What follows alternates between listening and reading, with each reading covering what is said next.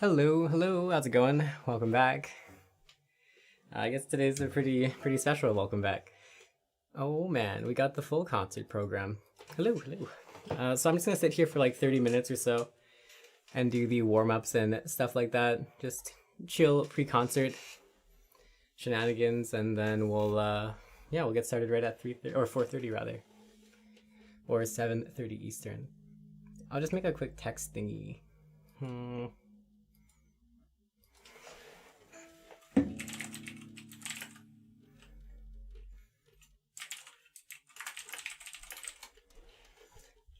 Perfect. Highly professional.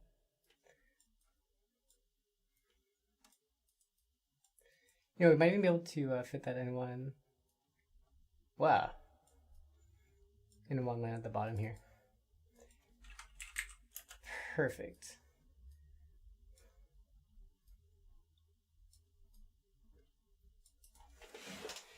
Yeah, that's more than fine. That'll be great. Since the channel doesn't accept subs anymore, do you get second place gift sub for life? Yeah, I think so. You are honorary. We will remember. You're honorary gift subber. How's the venue? It's great. It's a little bit cold. Yeah. For some reason, there's like a weird like talking staff thing in the corner. I don't know who put that there, honestly, but anyways, you know, it is what it is. You get what you pay for, and we didn't pay much for this this COVID venue. Weird, no one was here this time. Yeah, I know, right? Unusual concert time. Oh, hey, Breast on Facebook. Such a happy little face, indeed. And hey, Karen, hello from Boston Bar. Oh, cool.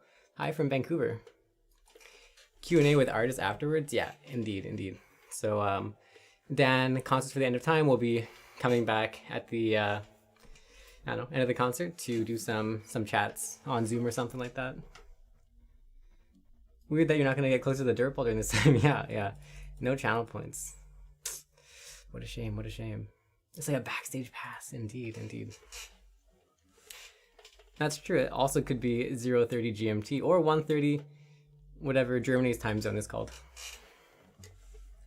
Lurk until you die. Wait, lurk until Die Hard 3 is over.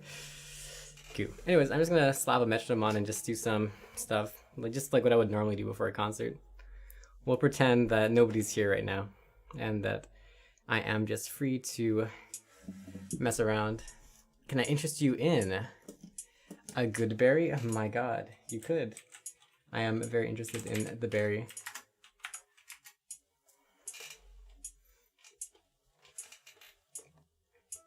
Can you play Charles? Dude, I haven't practiced that in forever, man.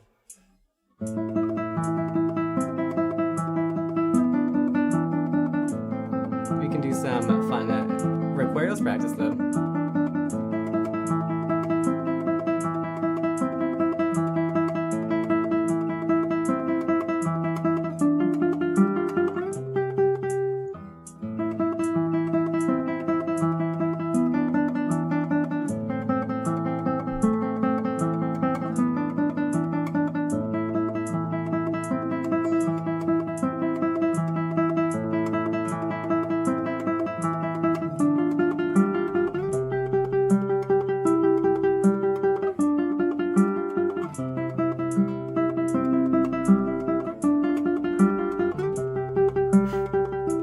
The venue price is amazing. Yeah, it's hard to beat free, you know.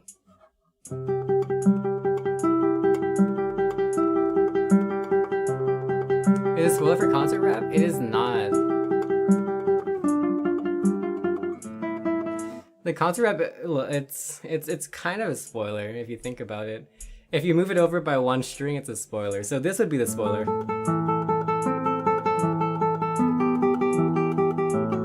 But this one's not a spoiler.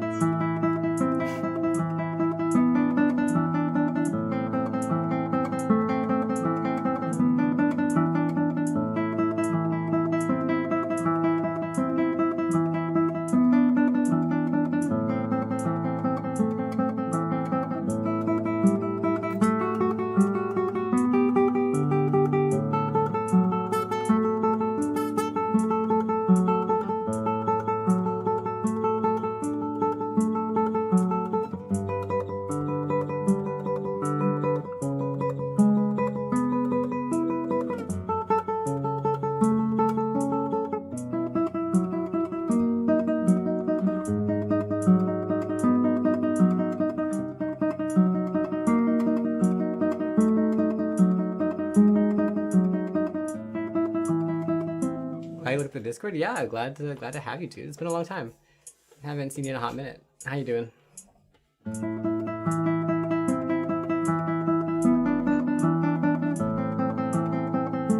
nice. Got you on the TV and everything. Yeah, very cool.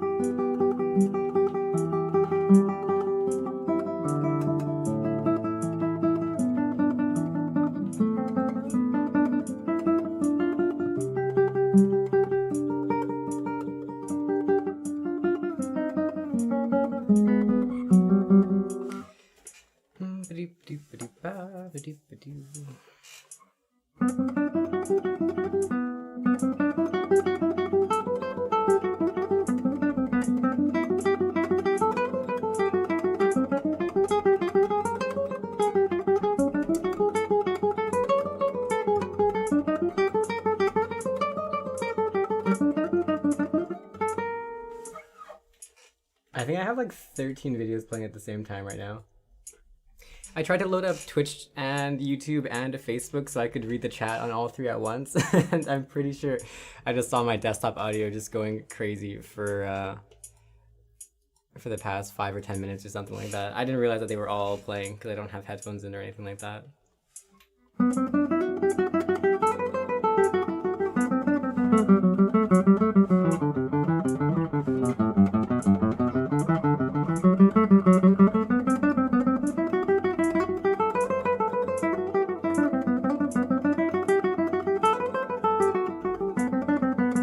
And by the way, thanks for all the follows, everyone. I see many familiar names.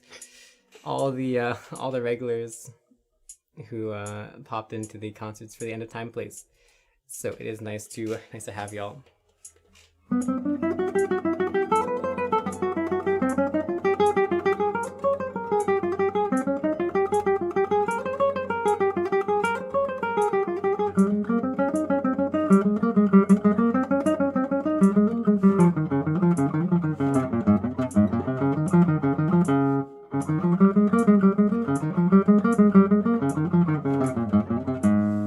Whoa, Locomotions, how's it going, dude? Hey, Dr. Dad, I'm new. Hi, new, I'm Dad. Hey, LBVJV, how's it going, dude?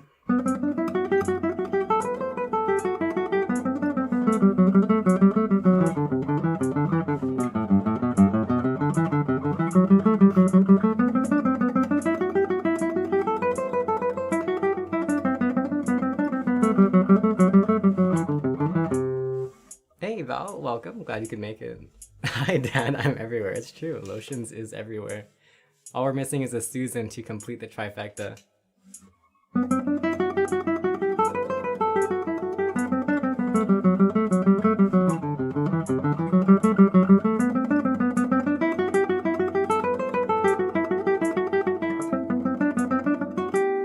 Not here? Okay. Well, I'll pretend I didn't see you. How long will the concert go? About an hour and a bit. Not sure. We'll probably start at 4:30 on the dot and go until maybe, I don't know, 5:30, maybe 5:45 or so. Hey, Spooky, how's it going? Wait, you're not here. Wait, if you're not here, then where am I? Wait a minute. Wait just 1 second. I'm not here either. Ah. Well, if you're not here and I'm not here, then who's playing the guitar?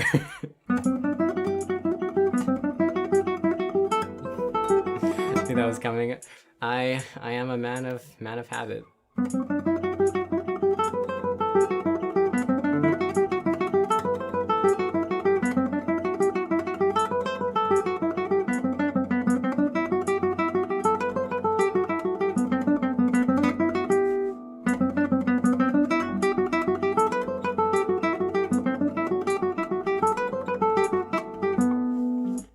Just warming up right now. That's right. Anyway, I should probably get back to color again.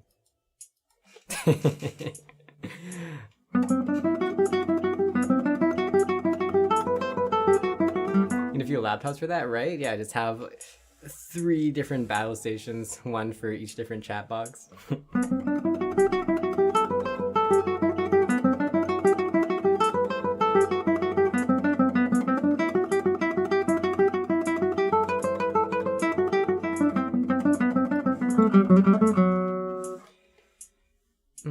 Okay, let's get back to doing some tremolo stuff.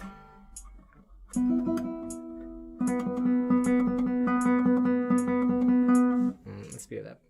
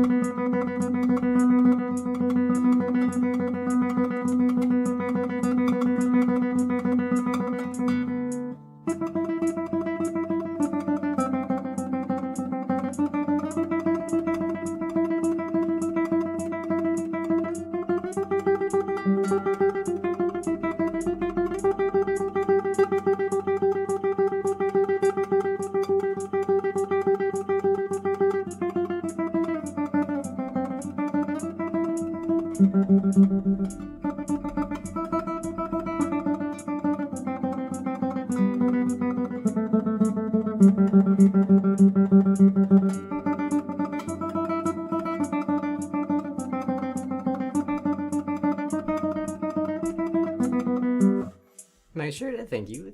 I bought it myself. Hey, Audi HQ, how's it going, dude? Nice to see ya.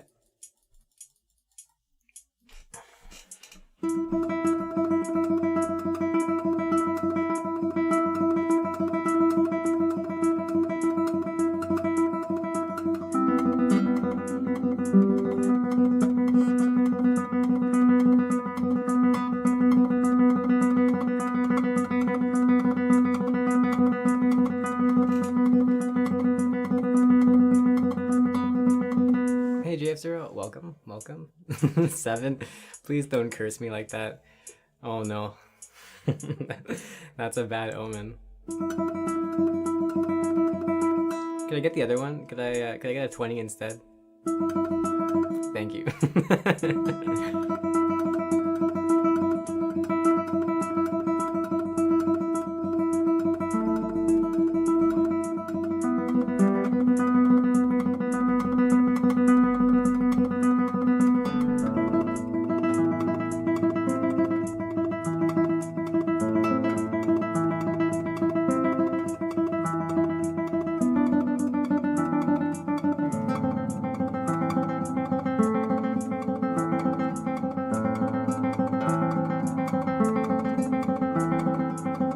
So you know, the concert still said, oh, the title still says Mike Ibsen.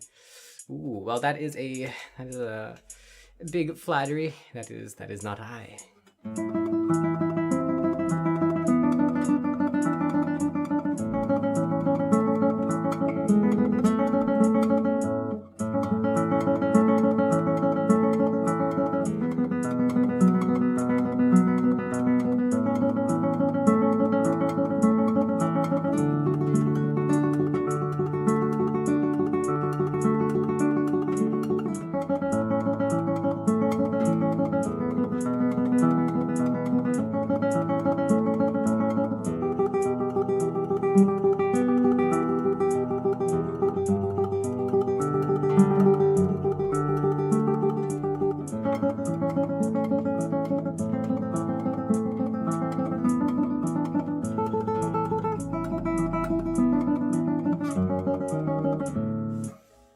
Hey Zadina, welcome back, dude. Fixing that. All good, all good. Thank you for the tech support, dude.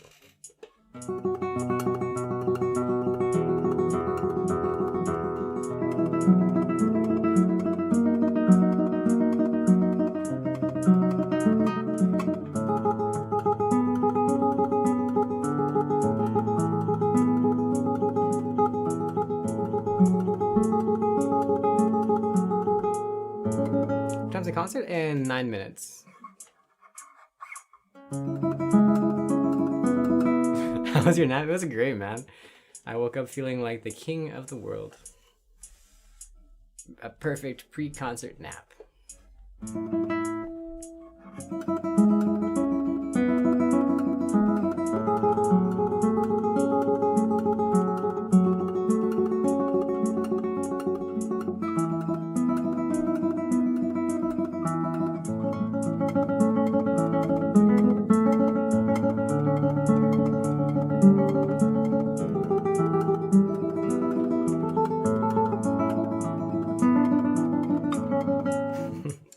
Hello, Fart Dude 007. Welcome. Thank you for the raid. Have some cool raid noises. It's weird doing cool raid noises on like a channel that's not mine, but have some cool raid noises either way.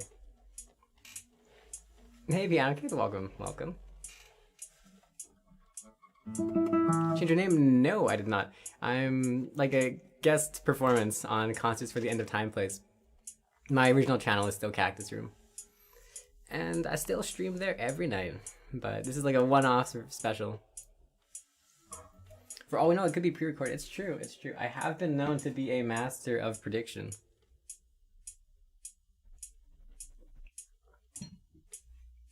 Have I predicted every single minute? Every single chat that has come up in the past 20-odd minutes or so since we started? We'll never quite know for sure. It's also weird seeing the exclamation water and not having the water thing show up.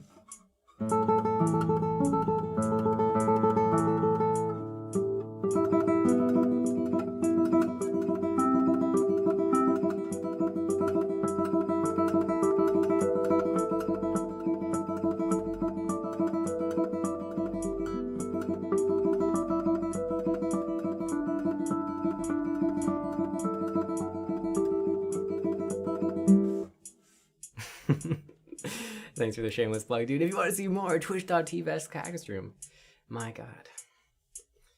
Concerts for the End of Time hosts concert guest performances every 2 weeks. This is Cactus Concert. Indeed. Hey, Code Bitter, welcome. Man, we got the whole crew here. It's great.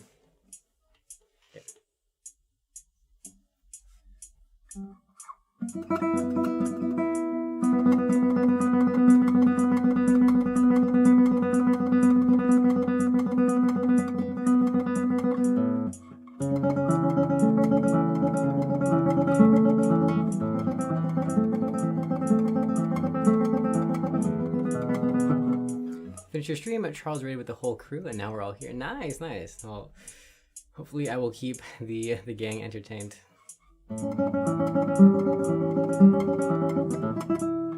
2:30 a.m. Yeah, definitely way different than our normal stream time.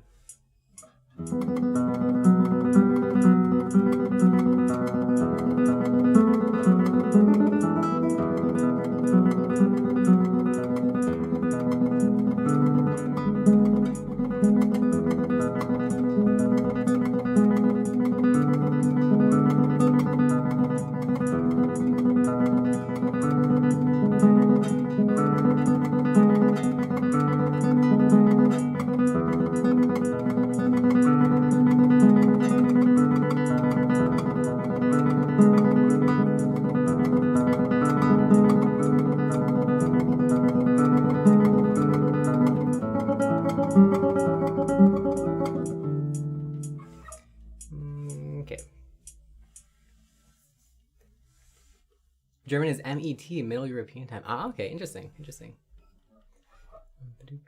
Do we put up a 4th and 5th cam for the concert? Alas, I don't have that technology. Alas.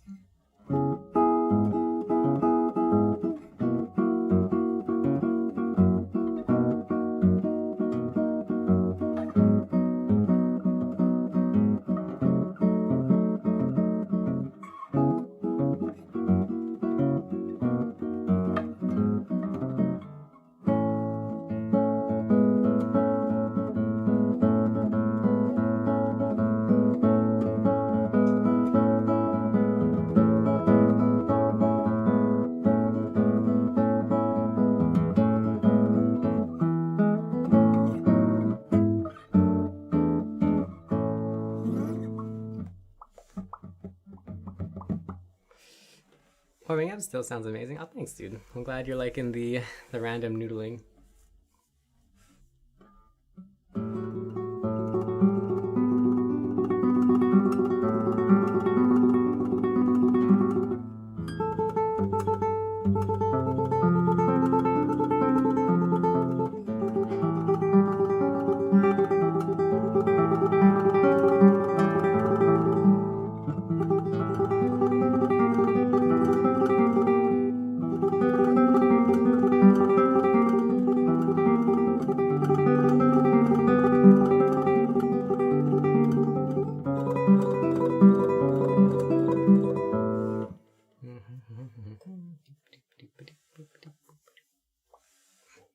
All right, how long are we away? 3 minutes. Q.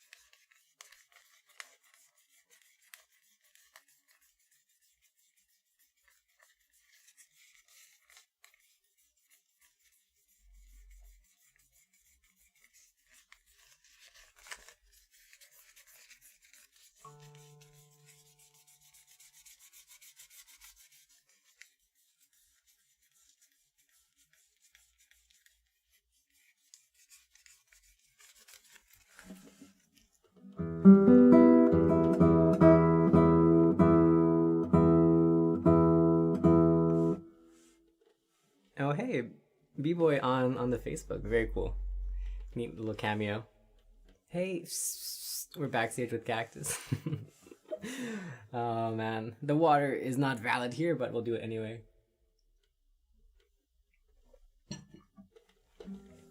Little ASMR for the concert, yeah. Some quick old nail file ASMR.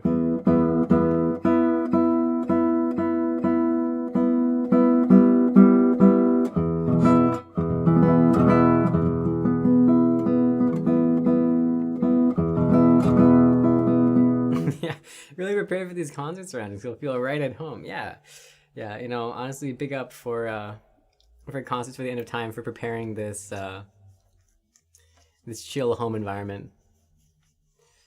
Rocking the Adalox 2758. What is that? This mic? That mic's an AT 2020. Does it look the same as your mic?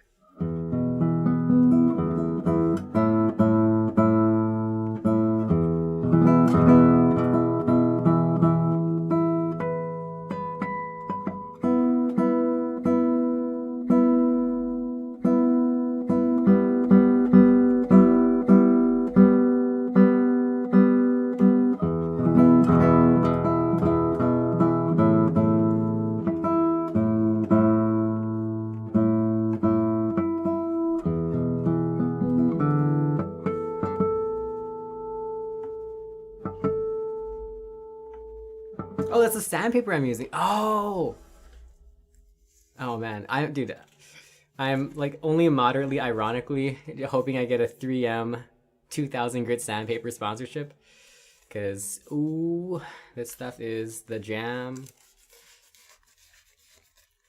Same sandpaper you use, nice, dude. This stuff is great. It is. Oh man, best sandpaper ever. I think I have, I don't know, like dozens and dozens of sheets of this stuff in my in my closet. It's great. I have one for every single pair of pants I own. Never leave house without it. All right, we have successfully stalled enough until concert time. So let's take this high quality professional text off the screen here. and we'll get started.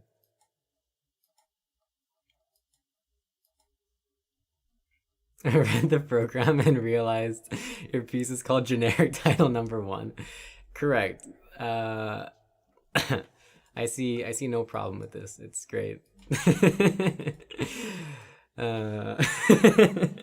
Tell me that's not a fantastic name for a piece. Most hype piece of the lineup, right? Oh man. See, we could have had. Yeah, should have gone with Girl from Panama. That's true. That's true. Incorrect. It's called Titulo Generico. Number 1, even. Number 1. All right. Anyways, so the first piece we're gonna play is called Campanas del Alba. It's a really pretty song, and the name of the song means morning bells. And the opening of the song, you can hear the bells, you know, with the harmonics and stuff.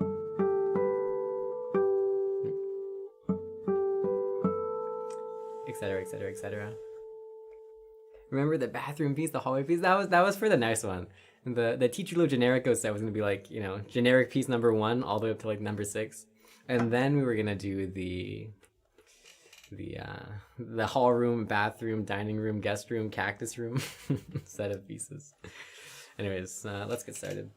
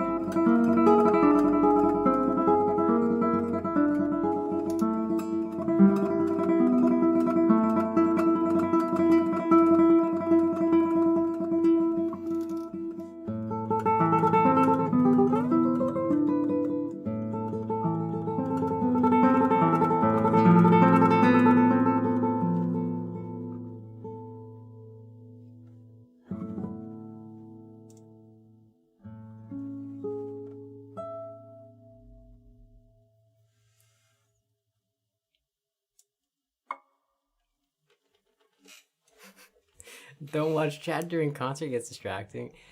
Dude, I feel like I'm so used to reading chat when I play that it's weird not reading chat when doing concert stuff.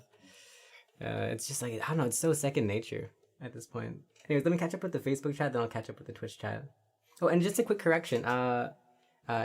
It's by Eduardo Sainz de la Maza, not Reginald Sainz de la Maza, not his brother. Hey, Melissa, friend of your mother's can see why she's proud. May your gift be used to bless others. Oh man, that's super sweet. Thanks for the nice words. And hey, Dennis, remember when you were just a little guy when I met you? Impressed. Oh, thanks, dude. Well, glad you're liking the concert so far. And then let me catch up with other chat. Nothing on YouTube, and then Twitch. Okay. Starts with a piece that melts your heart. Oh yeah, this is your favorite song. Well, I'm glad that you managed to catch it, dude.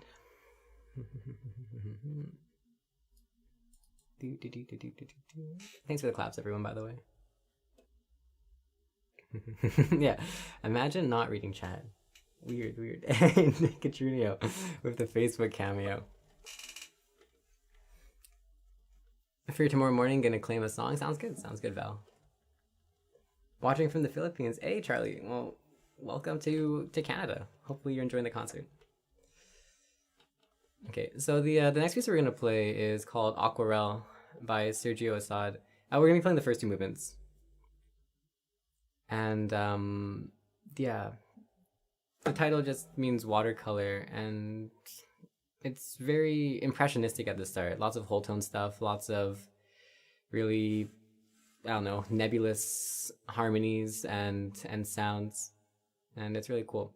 I heard it. I'm not sure if this is true, but I heard from someone that apparently he wrote these pieces based off of his wife's watercolor paintings and used them as like the, I don't know, like the visual basis for the song. I'm not sure if that's true or not though. Just some rumor I heard, but it's a cool thought anyways. Makes it a little bit more, I don't know, personal and significant. But anyways, to me the piece kind of starts off really watery and washy, and it just over time just, you know, solidifies into a more concrete image. And yeah, it's a really cool process.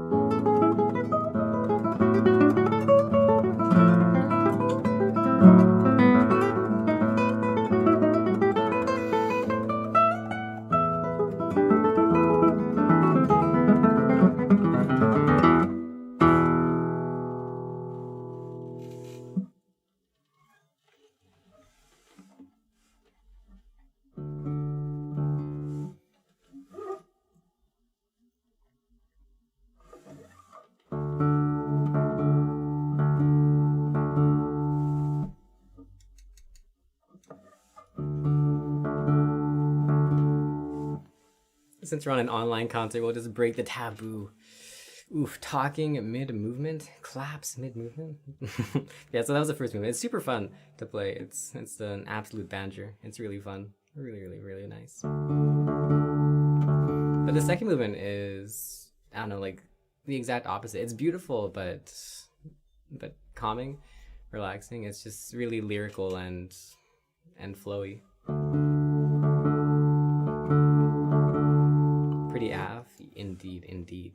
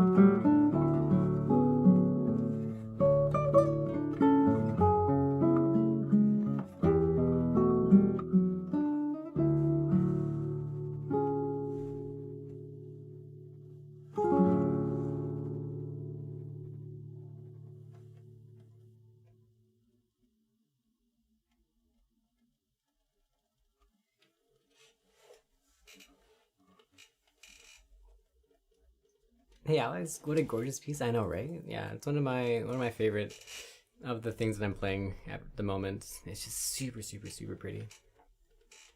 Anyways, let me catch up on chat. There was a whole bunch of stuff. Now that we have officially finished the song, Viking Alec, is that the Alec? Oh man, well, cool to see you again. That one dude and first real experience with Cactusroom. Ah, well, welcome. It's nice to have you. Strange seeing you play at not a ridiculous hour of the night. Yeah.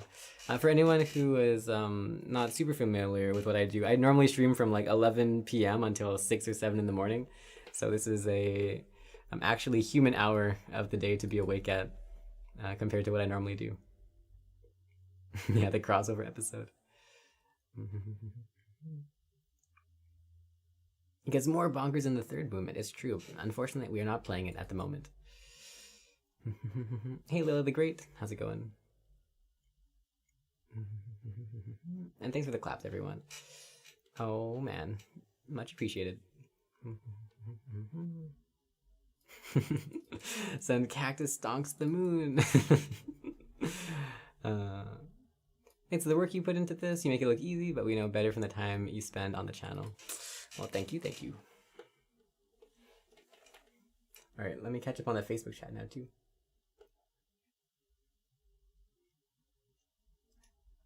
Oh, that sucks. Somebody on the Facebook can't watch. Maybe suggesting the Twitch link or the Facebook or the YouTube link to the people who couldn't make it on the Facebook one. That might be a decent alternative. Hey Jennifer, beautiful song. Thank you. I'm glad you liked it. More Sergio. Oh yeah, I should be out of. We will be doing more Sergio Assad later in the program, but for now we are gonna head into the MPB land, Brazilian popular music.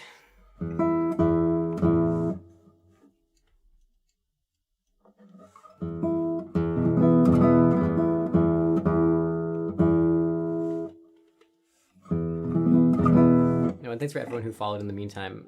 I couldn't catch you individually, but everyone who followed, thank you, appreciate it. Hey Sherry, say hi to Sequoia for me.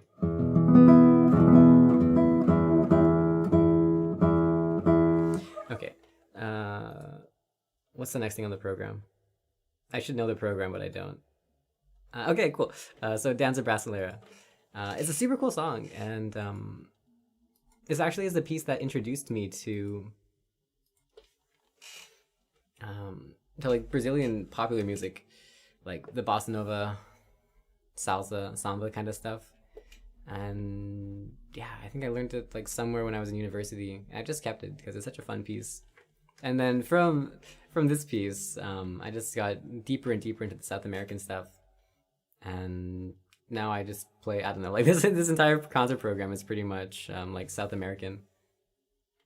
Is it jazz? Kind of. It's, well, most popular Brazilian music is jazzy. Like most of it has like jazzy harmonies and stuff like that. Yeah, the guy is Argentinian, yeah. Jorge Morel. Argentinian composer. The song Brazilian Dance. But either way, it's in the right style. You know that piece? Yeah, me too. I think. How long have you been practicing? I'm not sure. I just had most of the pieces in this concert program have been on and off for, I don't know, at least a year or so, maybe. Some of them a bit less than that, some of them a bit more than that, but about, a year on and off or so. The fact that you know Kotaro Oshio means you're good. Well, thanks. It's like your rate song, it's true. Yeah, I play this a lot. Anyways.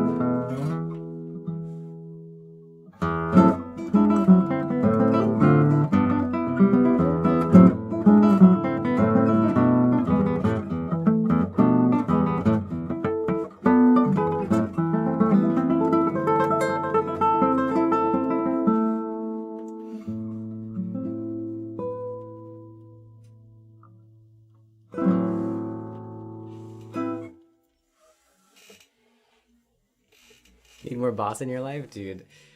The only right amount of bossa is current bossa plus 1. That's true. It's true. More bossa is best bossa. So you're gonna get a classical, dude. I recommend it. It's pretty fun. I quite like it myself.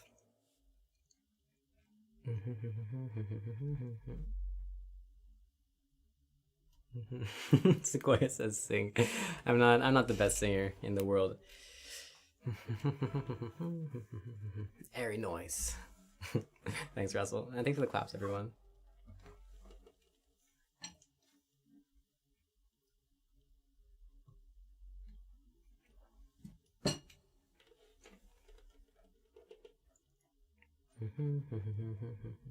Like the fade in, yeah. I think it's a fun way to start it. TJ's real name is Thelonious Jehoshaphat. Don't let the title fool you. Unleashing the ultimate Cactusroom secrets. Okay, what's the next piece on the program? Again, I feel like I should know my program, but I have to like check the Facebook page every time. The next piece is Tango and Sky. Nice. I knew that. Don't let the fact that I didn't know that convince you that I didn't know that. Hashtag Buddhagate. Yeah, the next piece is another one where there's a guy who's not necessarily South American pretending to be South American. Roland Diaz is this amazing French guitarist, composer, virtuoso, recently deceased, unfortunately, but my god, if he does not write some amazing tangos and other such South American tunes, it's really, really cool, really fun stuff. And the great thing about his writing is that like it just makes you feel like you have superpowers when you play it. I think, you know, like it is hard to play, but he's just so good at writing that it just like it just fits in your hands. You know, it's really guitar-y, and it just makes you feel like a superhero when you nail the big runs and stuff like that. So it's always a pleasure. Anyways, here's Tango and Sky. Also, colloquially known as Tango and Skype, because apparently the opening sounds like the boop, bop, bum, bop, bum, bop, bop. You know, the Skype call, if you guys have ever heard it. Apparently sounds like when you get a call on Skype. So Tango and Skype.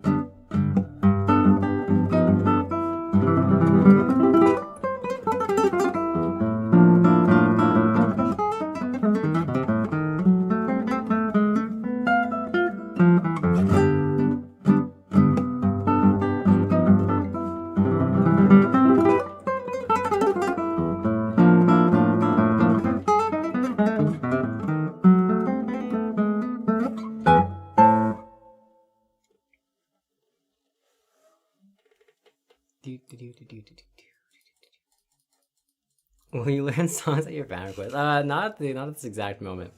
It would be a bit of a bad time. But everything that Dina says is true. Thanks for the claps, everyone. Sounds like Oompa Loompa, the singing, not the playing. Oh, like my white noise that I do. Guitar is an industry term. It's true. It's true.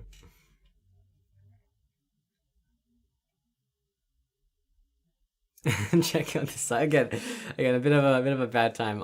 If you drop something in the Discord, I'll look at it. But now it's probably not the right time to look at a YouTube video. Yeah, you'd be very lucky to get a request in a concert. It's true. And again, I should know the next piece, but I don't. Paseo no Rio. Okay.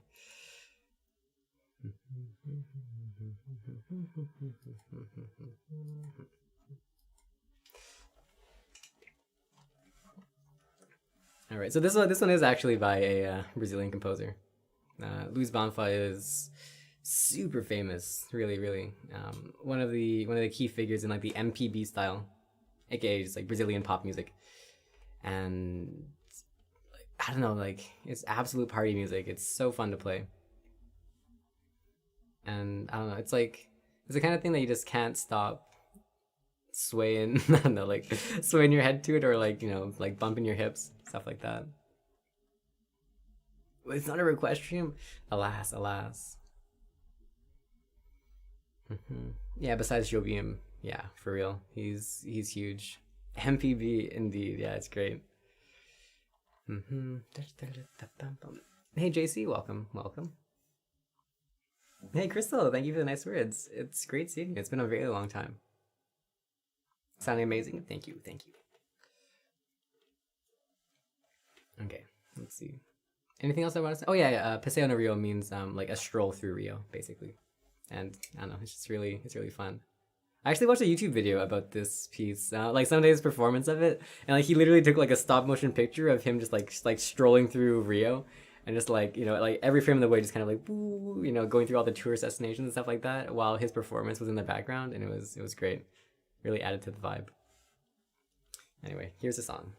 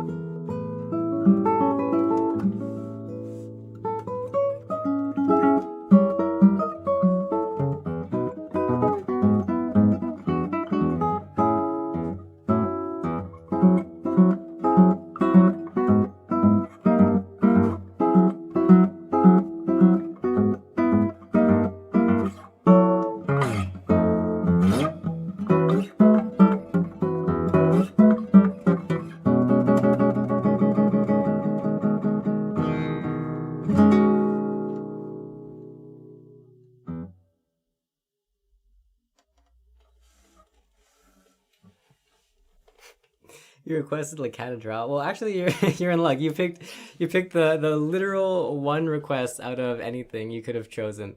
That I will actually play next because that's next on the program. I planned ahead this time and I knew what the next song was. I'm a little bit proud of myself, honestly. Anyways, let's see.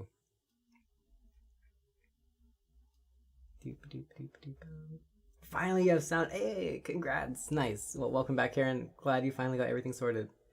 Great to have you. Oh, Auntie, Joanna, and the girls say, hello, rocking TJ's concert right now, not able to like or chat even though we're logged in. Oh, weird. Very weird, very weird. Technical issues on the Facebook side. Well then, super groovy. Yeah, I know, right? I love this style of music. It's fantastic. I've been playing so much of it recently. Oh, the same problem happened with Karen. Ah, interesting. Hey Connor, welcome. Were you gonna miss it?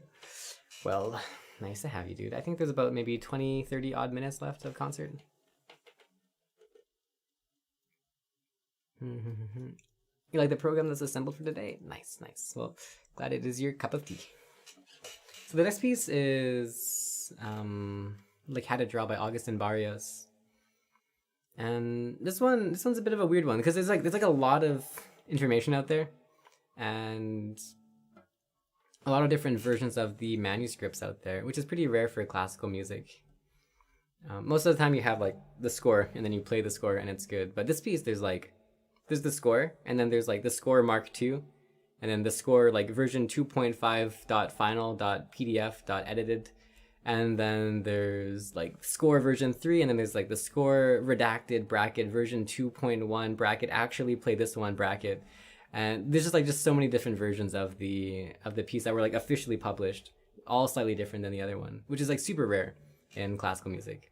And then not only that, like it started off as 2 movements and then became 3 movements 10 years after it was originally written. So I think it was like 1939 or something like that, maybe 1941, that like a 3rd movement got added to it. And so there's like so many options out there. And then not only that, but then there's like debates, like, you know, I'm sure classical guitarists have fought to the death over the like the significance of this piece. Like I've read people say that the piece was written when Barrios went to I wrote this down somewhere. When Barrios went to like Montevideo and saw a cathedral and was like just inspired, and so he wrote the piece about it. And then some people said it was like in San Jose, and some people said that he heard Bach in the cathedral and wrote movements based off of that. And some say that there was like busy traffic outside that he saw after he left the cathedral, and he wrote the piece on that. I don't know. There's a whole bunch of different takes on this, but the one that I thought was really the most interesting was there was one person who said that the piece, and I need some special effects for this. Give me a second. That the piece was actually about death, impending and inevitable death. Oh, ha ha ha ha.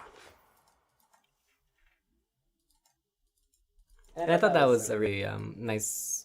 Like for me, that was the one that, you know, like I could get behind the most. Like it's the one that felt like it could, you know, like tie everything together. Like the first movement is like really, really, really very much, like a, you know, constant, steady pulse, like the impending steps of like the Reaper. And then the second movement similarly with the rhythms, and the third movement similarly. And so I liked when somebody suggested that it might be, you know, the first movement being like nostalgia, looking back, second movement being a bit more like despair, and then the third movement being like a final rallying cry at the very end. I don't know. I thought it was a cool way of listening to it. It makes it sound more interesting, anyways.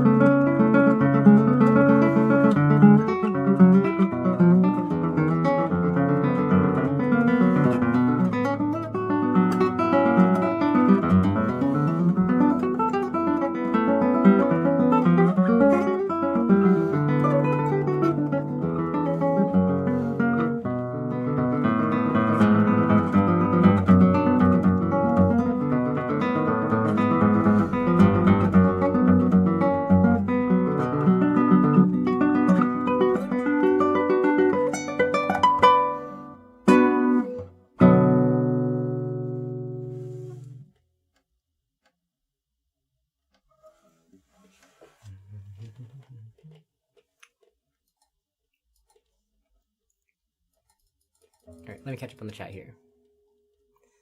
Yeah, the devil cactus. The production value. Gotta teach you how to do that. I will definitely do that. Maybe we can talk about it on the after hours chat stuff.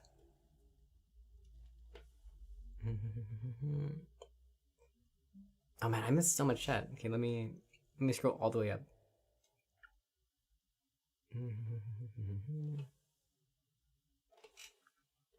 Part amaze, part comedy, part educational.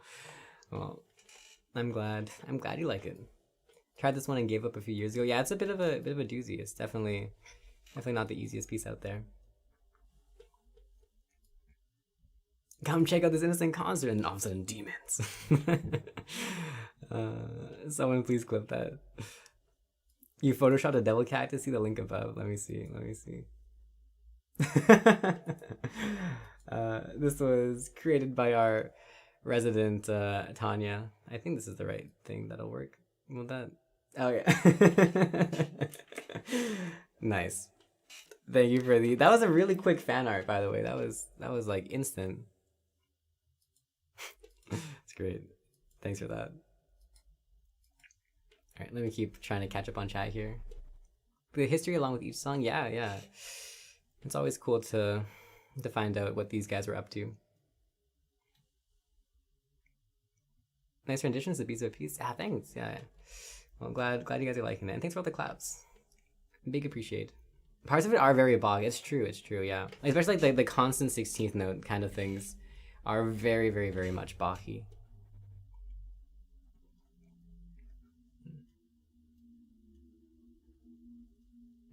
Hey Karen, a lot of love in those fingertips. Indeed. I would not have it any other way. Passion and lots of care in the instrument. Hey Liliana, thanks for the nice words. They didn't see the difference. Ooh. All right, so actually we're wrapping up here. We're almost at the end of the thing. At the end of the concert, rather. So the next piece, I think, is still on the same vein of death. I thought it was a nice link to have the death piece go into the next death piece. This one is a really tragic piece, actually. It was just written this year. No, not this year. This year being 2020. I still haven't gotten used to the fact that we're 2021. But it was written just a few months ago by Sergio Assad. And I'll just read his... I don't think I could say it any better than he writes it himself. So he wrote this piece for his friend, Robert Bird. And this is Sergio Assad's message. Robert Bird was a leading scholar of Russian literature and film at the University of Chicago. Met Robert at a party and discovered his passion for classical guitar, surprised me by how well he knew some of our Assad duo recordings. We spent time together in Paris, where he and his wife were teaching. Our friendship was abruptly interrupted by his premature passing in September 2020.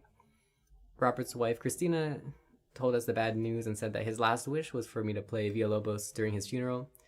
That day, I was unable to do anything other than write something in his honor. I wrote his elegy and played it after the Villalobos Prelude 3 during his ceremony. The song reflects to me the premature loss of a dear friend. Sergio Assad.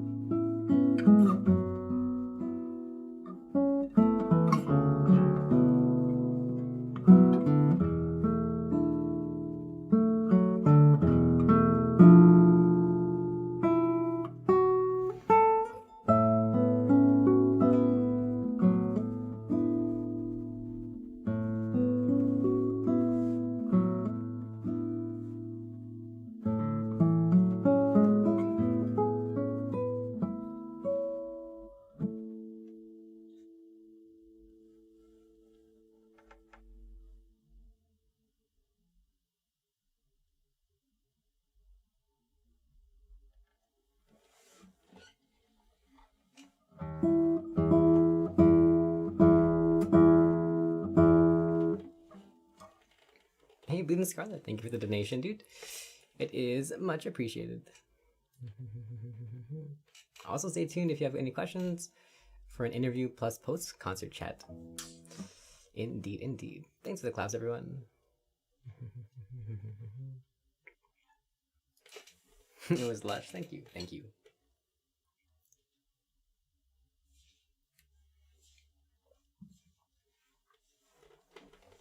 Right. Anyways, what better way to follow up some death than with straight up party vibes? So the next piece is a piece that I wrote a few months ago, a week ago. I don't know. I don't remember when I wrote it. Sometime before the New Year's. And yeah, it was basically just inspired by all the Brazilian stuff that I've been playing recently. Like I pretty much made an entire Brazilian concert program, and then I just was, I don't know, so inspired by all the Brazilian stuff, and especially by Sergio Assad and by Bossa Nova, that I tried to write something that kind of has, I don't know, influences from both of those together. The title is fantastic, and I will fight to the death anybody that disagrees. So I called it is still called Titulo Generico #1, and that will be its permanent title for now and forever. Don't shake your head at me. Of course it is. Yeah, I mean, okay. So here's my reason for calling the piece generic title, because I mean, is there really much difference for the common person compared to like Sonata in E minor, Opus 32, number 14, part of the K322 says, like, why not just call it generic piece #1 and be done with it? So I figured it probably had about the same significance as some of the other classical titles. Anyways, Titulo Permanente.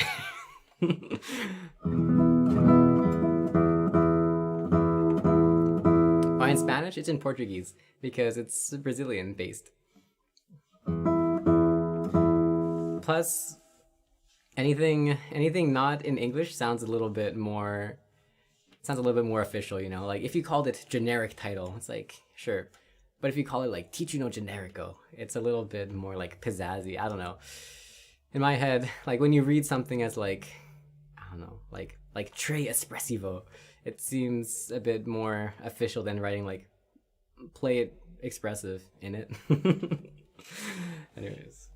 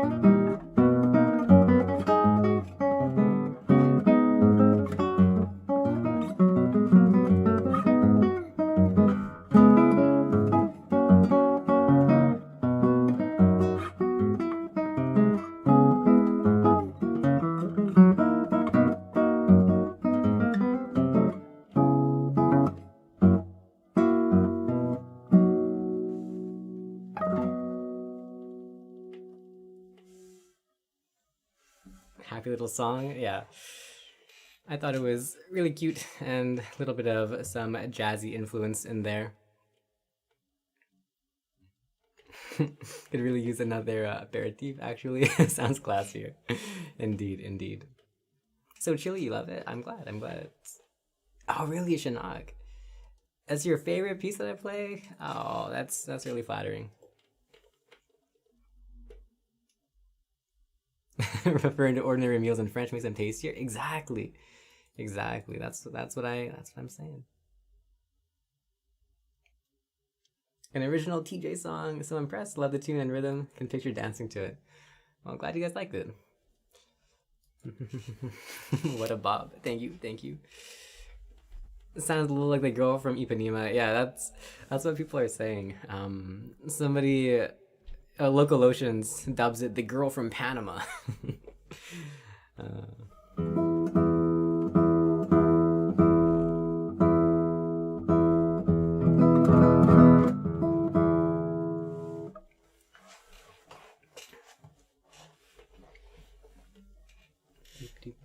All right, and now we're at the final song of the concert. So this one I did not write it. I wish I did, but alas.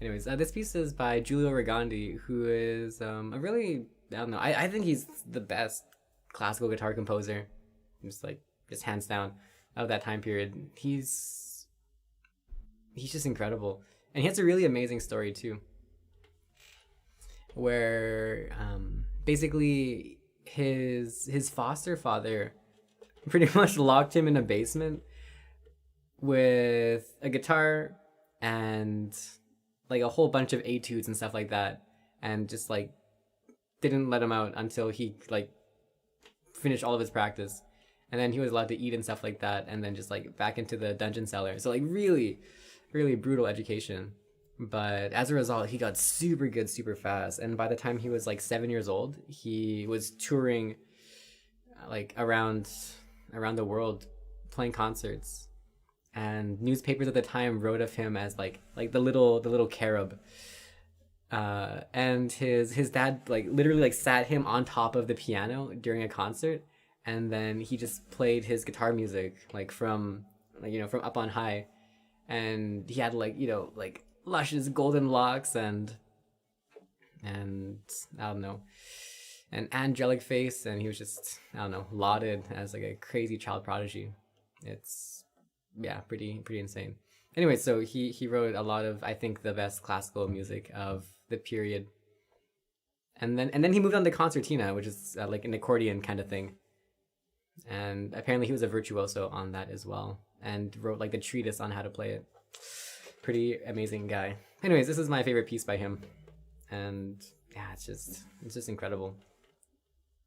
I kind of want to know what age he wrote this at, but also I think I would fall into despair when I find out that he wrote this at like 10 years old or something. Alas.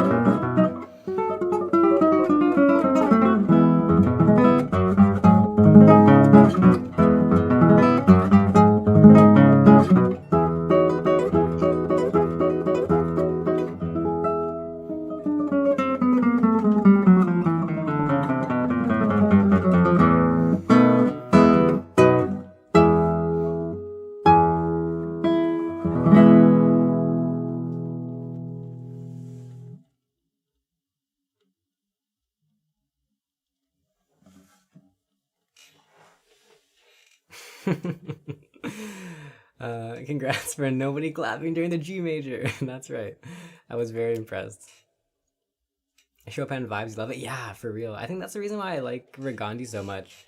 Because my favorite composer in general is Chopin, and Regandi just gives me really, really, really Chopinistic licks and lines and chromatic things. And I think that's probably why I like him the most out of all the other classical guitar composers. He did the one finger slide. That's right. That's right. Slide in.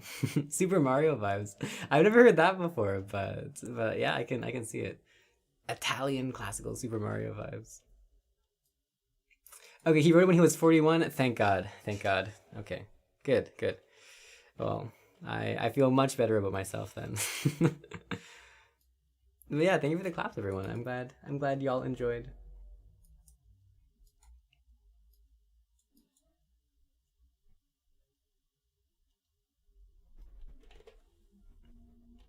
Hey, Janet.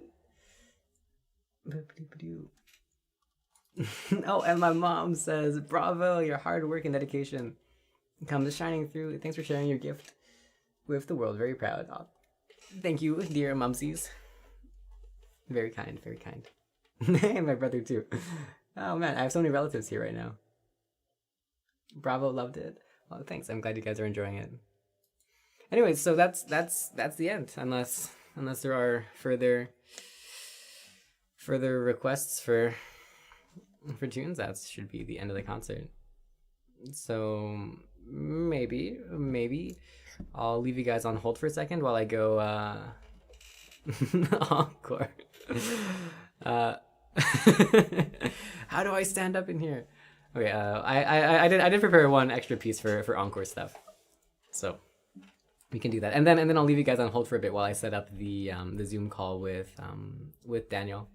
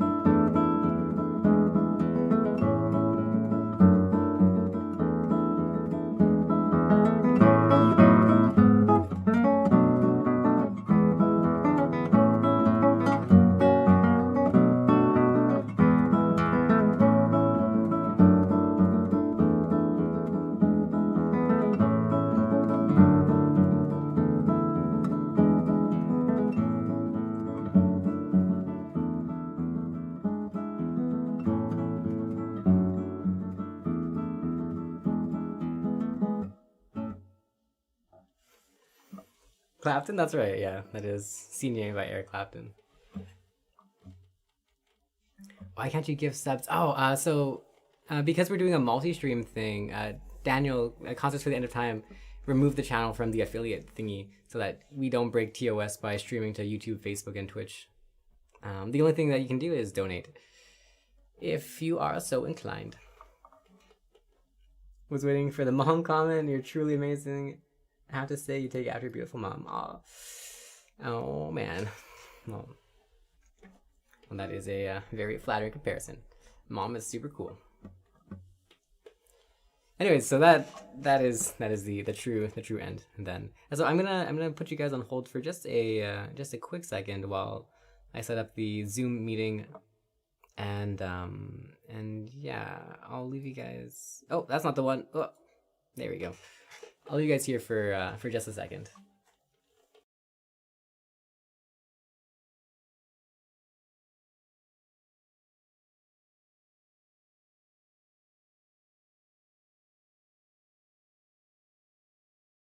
No, the man behind the mirror was exposed. No, no. You see everything. Wait, hold up. No, wait, let's put me hiding again. Okay, that's better.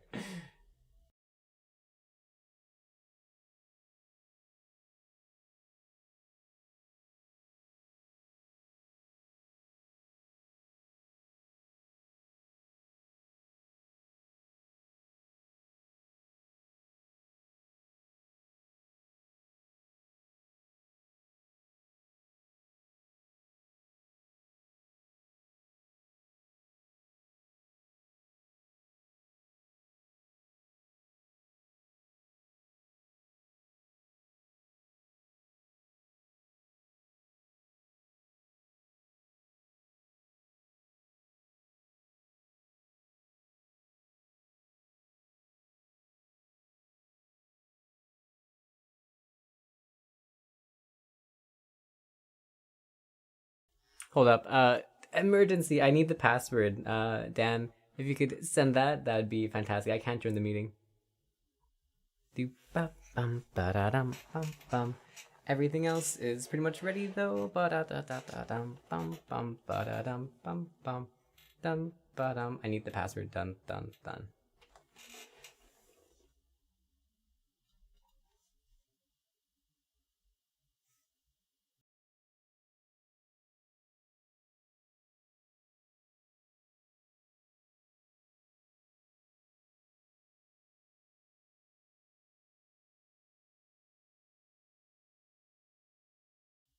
How can we grab the man's attention? Hold up. Hello, Daniel, for the end of time. I need the password. 1, 2, 3, 4. That's a good guess.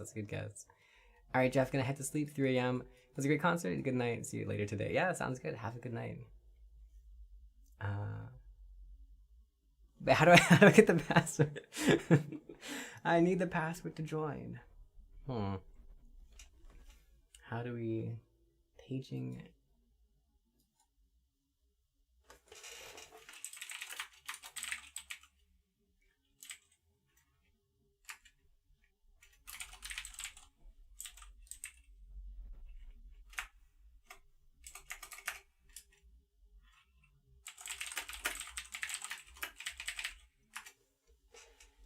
You just messaged him? Okay, thank you.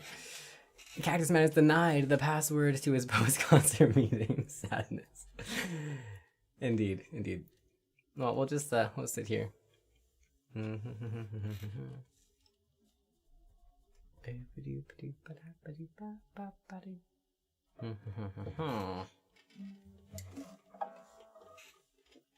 Maybe he sent the message somewhere else. Maybe his internet exploded.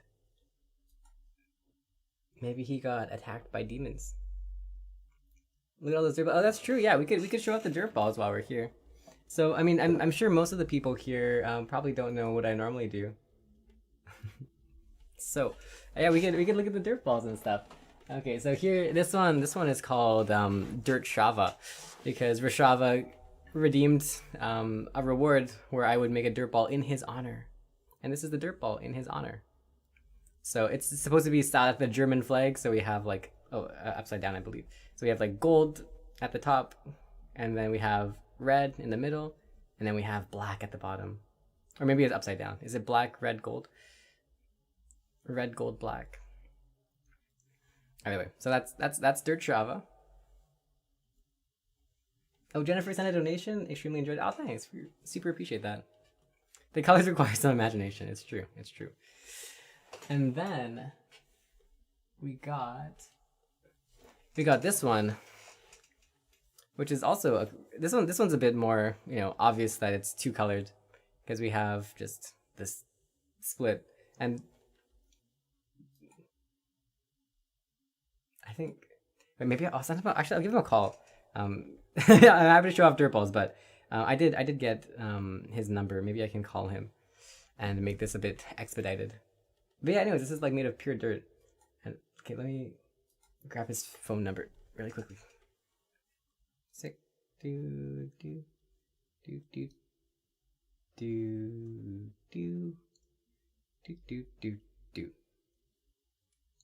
Oh, that's for start the community. Okay. Never mind. I will abort the call. What's the name of the art again? Oh, it's called Dorodongo. Just join the Zoom call, send in Facebook. I tried it, but it has a password on it, so I can't join. You're off? Alright, sounds good, Code Bitter. Take care. But yeah, there's a password on the Zoom thing, and I can't join it.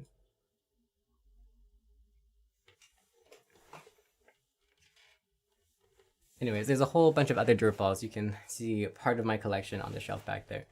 But yeah, I can't join the Zoom call, which is why we were doing some technical difficulty stuff. Just waiting for you to show up. Nice concert, worth the wait. Well, I'm glad you liked it. You gave him a call too. I mean, I'll try joining the link again, but oh, never mind. We got the password now. All is well. Okay. Now we're gonna officially try that again.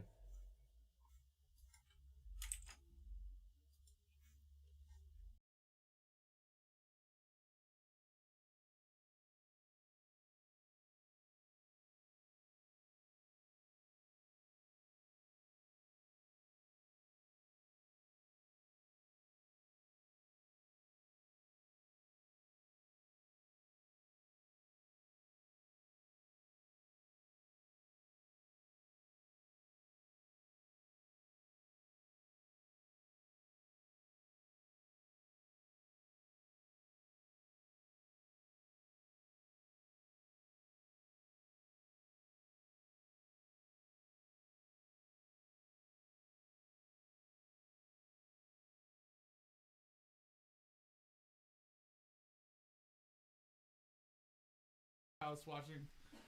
Interesting. It was crazy. So this is not working. Let me try and make this like full screen or something. That's still not working. Yeah. You might have to put me as your output capture. Okay, let me try this again. Does that make sense? Yeah.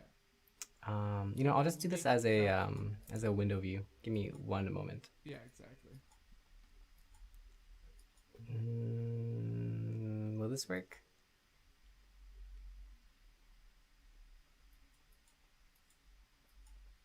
Ah, there we go. Cool.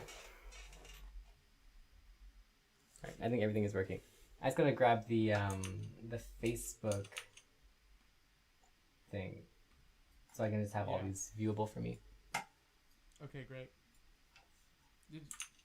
And the Facebook. Can't quite see from the latency whether it worked. Oh, there we go. Perfect. And I'll just grab the Twitch as well. Okay, cool. Right. We got everything. Oh, right. I'm gonna mirror it, so. Cool. Yeah. Oh, so how do you feel? That was a great concert. Pretty good. I had fun. It was great seeing all my regular viewers and stuff in chat. It made it a lot more, I don't know, feel like home. Yeah, it was really amazing. It just felt like one of your streams, but more of a concert. It was amazing. So yeah, I normally ask people, what's the difference between this and a regular concert, but I guess this is kind of your home base now. Yeah. Just give me 1 second. Yeah, you're really quiet. I'm just trying to turn you up. Sure. Could be better now. Oh yeah, that's a lot better. And I'll just turn you up on my Okay, side as well. awesome. Great. Cool. All right. Yeah, so that was just an amazing concert. I really love the Regandi. I love what you're doing with all these pieces, and it was just so great just to see everybody. When I was streaming in Twitch all the time, it was great to see so many people from that time as well. Yeah. So it's just great. We're all kind of like building this community. Yeah, the whole gang showed up. Yeah, it's really amazing. So if for the viewers who are watching from Facebook and YouTube, outside of the Twitch crew, can you tell people a little bit more about what you do? Not everybody knows about practice streams. Oh yeah, sure. Could you explain a little bit about that? Yeah, sure. So like in like January 2019 or something, I decided that I wanted to stream my practice sessions so that people could see what it's like to be a active musician and what kind of stuff that we have to do on the daily. And so yeah, I started streaming my practice sessions, and then people seemed to like it and think it was a cool change of pace. So yeah, I just kept doing it. People kept enjoying it, and it turned out pretty well, I think. Yeah, it's amazing. And you start streaming at midnight your time. Yeah, pretty much. And you usually go to like 8 a.m. And how did you fall into this schedule? Okay. So I was studying neuroscience at the same time, like in university. So I was doing classical guitar stuff and my psychology stuff at the same time, and then it ended up going to a topic about polyphasic sleeping, and I was like, oh, Right. that sounds so interesting. Because I read about it before, like BuzzFeed or whatever, and they're like, oh, sleeping 20 minutes a day. Wow, look what happened. That kind of thing. Yeah. But to have it actually backed by science and have decent research on it, I thought it was worth trying. Because I was really busy that year, so I figured if I could get more sleep, can't complain. Or if I could get less sleep and get more done, rather, can't complain about having 20 hours Right. plus of productivity. And did you find that you were actually productive for those 20 hours? Eventually it got there. It started off being like I was just like falling asleep like at any given opportunity, but eventually I ended up settling into a schedule Right. after about 2 or 3 months of just trying it. So yeah, it worked out in the end. Wow. So you were sleeping 4 hours a day? No, it was 2 hours a day. It was 20 minutes of sleep every like 3.5 hours pretty much. Yeah. It was pretty wild. It was a wild ride. Insane. Lots of things that I learned. So, wow. So now do you actually like sleep like a normal person, or do you? No. I sleep more than before. I sleep like 5 to 7 hours a day, but I still don't sleep like a normal person anymore. Okay. I always had trouble sleeping for Right. 8 hours straight, and I always just had bad sleeps or would toss and turn for multiple hours. So it was really like just like mind blowing that I could get rested while sleeping like in like chunks instead of one gigantic session. Yeah. Really crazy. Yeah. So your stream, if for anybody hasn't checked it out, please check out Cactusroom on Twitch, twitch.tv/Cactusroom. It rhymes with practice room. It's just like the plant. And it's great. It's just an amazing channel, and it's just it's really kind of zen how you can do this for so long while talking to people and just being so relaxed the entire time. Do you ever get any kind of like muscle pain or anything from practicing for so long? Not really. At most, like if I do tremolo for like an hour plus straight, I'll get fatigued. I think any human being would get tired from that kind of stuff. Or if I'm playing like really nasty rep, like I was doing my auditions for university for my master's program, and my program just happened to be like Regandi, the Introduction to Caprice, into the Aquarelle back to back with no pauses, and that got me super tired. And trying to record that multiple times a day, I couldn't do it. It's like really exhausting. Right. But other than that, for the most part, Yeah. I think like, as long as you're playing with like really comfortable, relaxed technique and good posture, you can go for a really long time without any pains or anything like that. That's incredible. And yeah, so there's so many things that we can learn about you on these streams. I mean, of course you practice for so many hours on them, but you also have some really peculiar niche interests, right? And one of them that I find really just so fascinating is the dirt ball. Can you Yeah. tell us a little bit about the dirt ball? The dirt balls, oh man, I was just showing them while we were having technical difficulties while we were trying to get a hold of you. It was great. Yeah. But I didn't talk much about it. I just showed some of them. But Yeah. Tell people a little bit more about what that is. yeah. You know? Okay, so it's called Dorodongo. It's a Japanese art form. And it's really cool. It's like really community building because you have like grown men going to like children's parks and just like sitting in the sand pits and stuff and making these dirt balls. And then like they teach the kids how to do it Right. too. And then you just have like everyone, the whole crew's involved making these dirt balls. But basically what it is just like it's like a ball of dirt and then you just throw more dirt on the dirt and it just gets compacted over and over and over until it makes a super shiny capsule of just polished dirt. It's like it's only dirt and water really in it. Wow. It's really cool. Yeah, I'll show some. I'll go grab some off camera. So can you show us like because I don't think people really understand what the product looks like. Yeah, Because yeah. It Give really me 1 doesn't look second. like a dirt ball when Give me it 1 finishes. Yeah. So this one's my favorite one that I made. It's really cool because it has like a Look how speckled shiny that is. speckled marble pattern on it. Look how shiny that is. Yeah. It's just beautiful. It's super fun. I make these like every year, It's amazing. pretty much. Whenever it's hot outside, you can't make them when it's wet and cold, but whenever it's hot, you can just pull these things just straight from the floor, and it's great, super fun. It's really amazing. Yeah. Yeah. So wow. So there's so many things you do outside of guitar, and how do you balance that with the regular responsibilities you have in life? Like you're also finishing your undergrad now, or you're I finished finished. undergrad Yeah, I'm just applying for now? my And master's you're also, now. Yeah. Yeah. And do you see yourself like continuing the stream at the same pace when you start your masters? I think so. The reason why I settled on this streaming schedule of like basically midnight to morning is because nothing happens during those times. So like the stores are closed, Right. nobody's awake. Not like nothing really happens there. So I spend that time streaming, and then I can just catch a couple hours randomly here and there during the day to get my sleep in, and then that leaves me with like the whole day to do whatever I need to do, whether it's like teaching, working, I don't know, researching, editing, publishing stuff, whatever. Just leaves the whole rest Wow. of the day free. And you, right, and you also have a pretty busy teaching schedule. Could you? Not really, You have, actually. like, a lot of I quit students my right job once like COVID happened, so I'm only teaching like 2 days a week now. Oh. So that also helps Okay, to keep cool. a Okay. relaxed schedule. Yeah, it's just amazing, to see how much rep you're able to, just crush through all the time. So, what was your process for learning this composition while during your stream? How did you?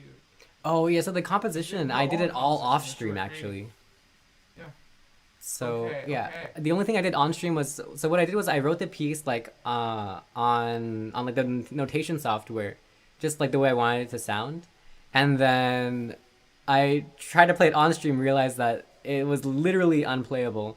And so what I was doing on stream was like trying to like change some of the fingerings around, change some of the notes, remove things that were just ridiculous so that it would be usable on guitar and not just in this like imagination world of, like the ideal song, like on paper. Yeah. Yeah, it's really wild.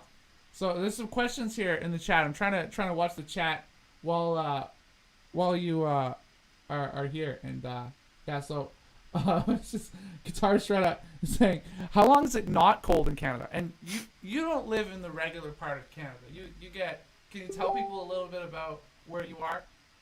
Yeah, so I'm in Vancouver, which is basically not Canada. It's Yeah, it's like the most mildest part of Canada possible, pretty much. It doesn't get cold at all, but also it doesn't get hot at all. So it's just like it's just super temperate.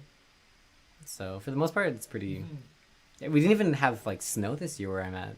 We had maybe like half a day of snow, and it melted within like an hour, and that's it. I was really sad. Wow, I drove through a snowstorm today. That's wild. It's just crazy. Yeah. It's just the kind of conditions, like the sky is just gray all the time. Yeah, yeah. And you're just hoping you don't die. Oh my gosh. It's really wild. Yeah, there's just so much great stuff that you're doing. Yeah. How do you see yourself, I guess so much of what you're doing is working towards, building these huge concert programs, and where do you kind of see yourself in the next 5 years as a guitarist and as a professional and as a musician? Yeah, that's a good question. Do you have like a plan for that, or? I don't know. Like whatever I do, I still plan to keep streaming because I think it's just great. I really enjoy it. The people enjoy it. Yeah. And I think it really adds motivation to practicing. Me as well as any other guitar player, I think we're more than happy to sit and practice for a long time. But it's fun to practice with friends and to hang out and chat while also getting your work done. It's way easier to go for really long when you have, a whole bunch of people just hanging out with you. So I'm gonna keep doing that. But in terms of big goals, I don't know. I just want to just keep learning, improving, getting better. I'm nowhere near perfect or where I envision myself. So just gonna keep at it until I feel happy with my playing, as insofar as anybody feels happy with their playing. So forever. Yeah, forever. Wow, it just never ends. Yeah. Yeah, it's a really. Yeah, so are I guess is that your main? This is your main profession, as a streamer. Yeah, yeah. Yeah, the streaming is How do you find, over. slog Oh, sorry. What were you saying? to becoming a partner? I missed that. There's a huge slog. There's a huge slog to becoming a partner, right? On Twitch. You're a Twitch partner, right? Oh, I'm almost there. Right now, I'm affiliate, but Almost. but yeah, the partner is Okay. It's a grind. It's tough. Yeah. Yeah. How have you do you feel like you've developed a professional, is streaming basically your job now? Yeah, pretty much. I was just saying. Oh, I was trying to say before, but it's basically over 50% of the dollar dues I make now is from streaming, which is pretty cool. I think it feels really safe having this kind of net of online stuff. So no matter where I go, it would still be the same kind of thing. It makes it a lot more, I don't know, liberating, I guess, to know that anywhere I go, I could still have some kind of living, and whatever happens in the world is still gonna be some kind of living, just in the background. Yeah, as long as the internet is here. Yeah. You're golden. Yeah, it's just amazing.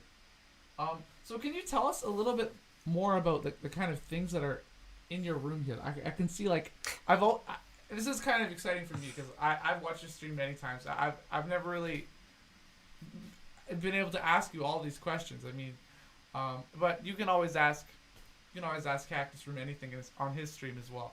But you have an electric guitar, an acoustic guitar.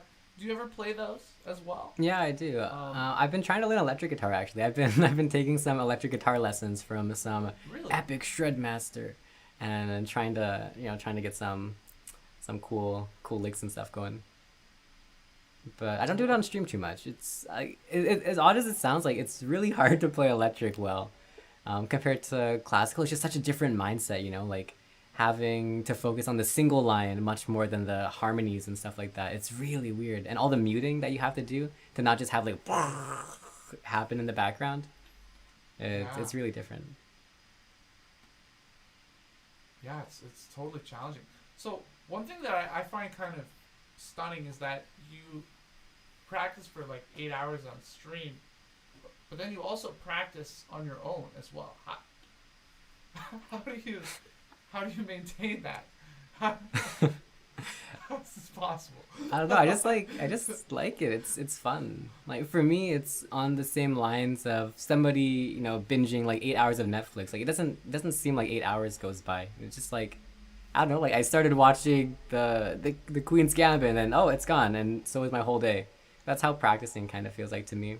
Like, especially on stream practice goes by super quick, and then off stream I'll just maybe check on something here or there, play some electric guitar and stuff like that. But I don't do more than maybe like 1 or 2 hours a day off stream. Right. That's do you find that your off stream practice is the same level of productivity? Like Not even close. Not even close. close. Yeah. For whatever reason, like I don't know. I've given myself like a mental disorder or something where like I can only get like good practice on stream.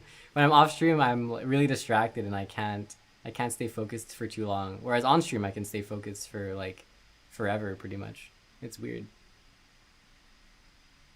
Yeah, there's a lesson in there about community and how we're affected by our social environment. Yeah. I'm not sure what it is, but that's something I also noticed as well. I found that 5 hours would go by quite quickly when I was on stream. Yeah. And often I'd be able to be like disturbingly organized. I could say like, I'm gonna do this for an hour, and I'm gonna do this for an hour, and then this for an hour, and I just do it. Yeah. Whereas where I'm alone, I could just say, okay, I'm gonna do this for an hour, and then something happens. And then Yeah, exactly. I just go to the fridge. Yeah. I think like for me it's like two things. One is like the fear of vigilance.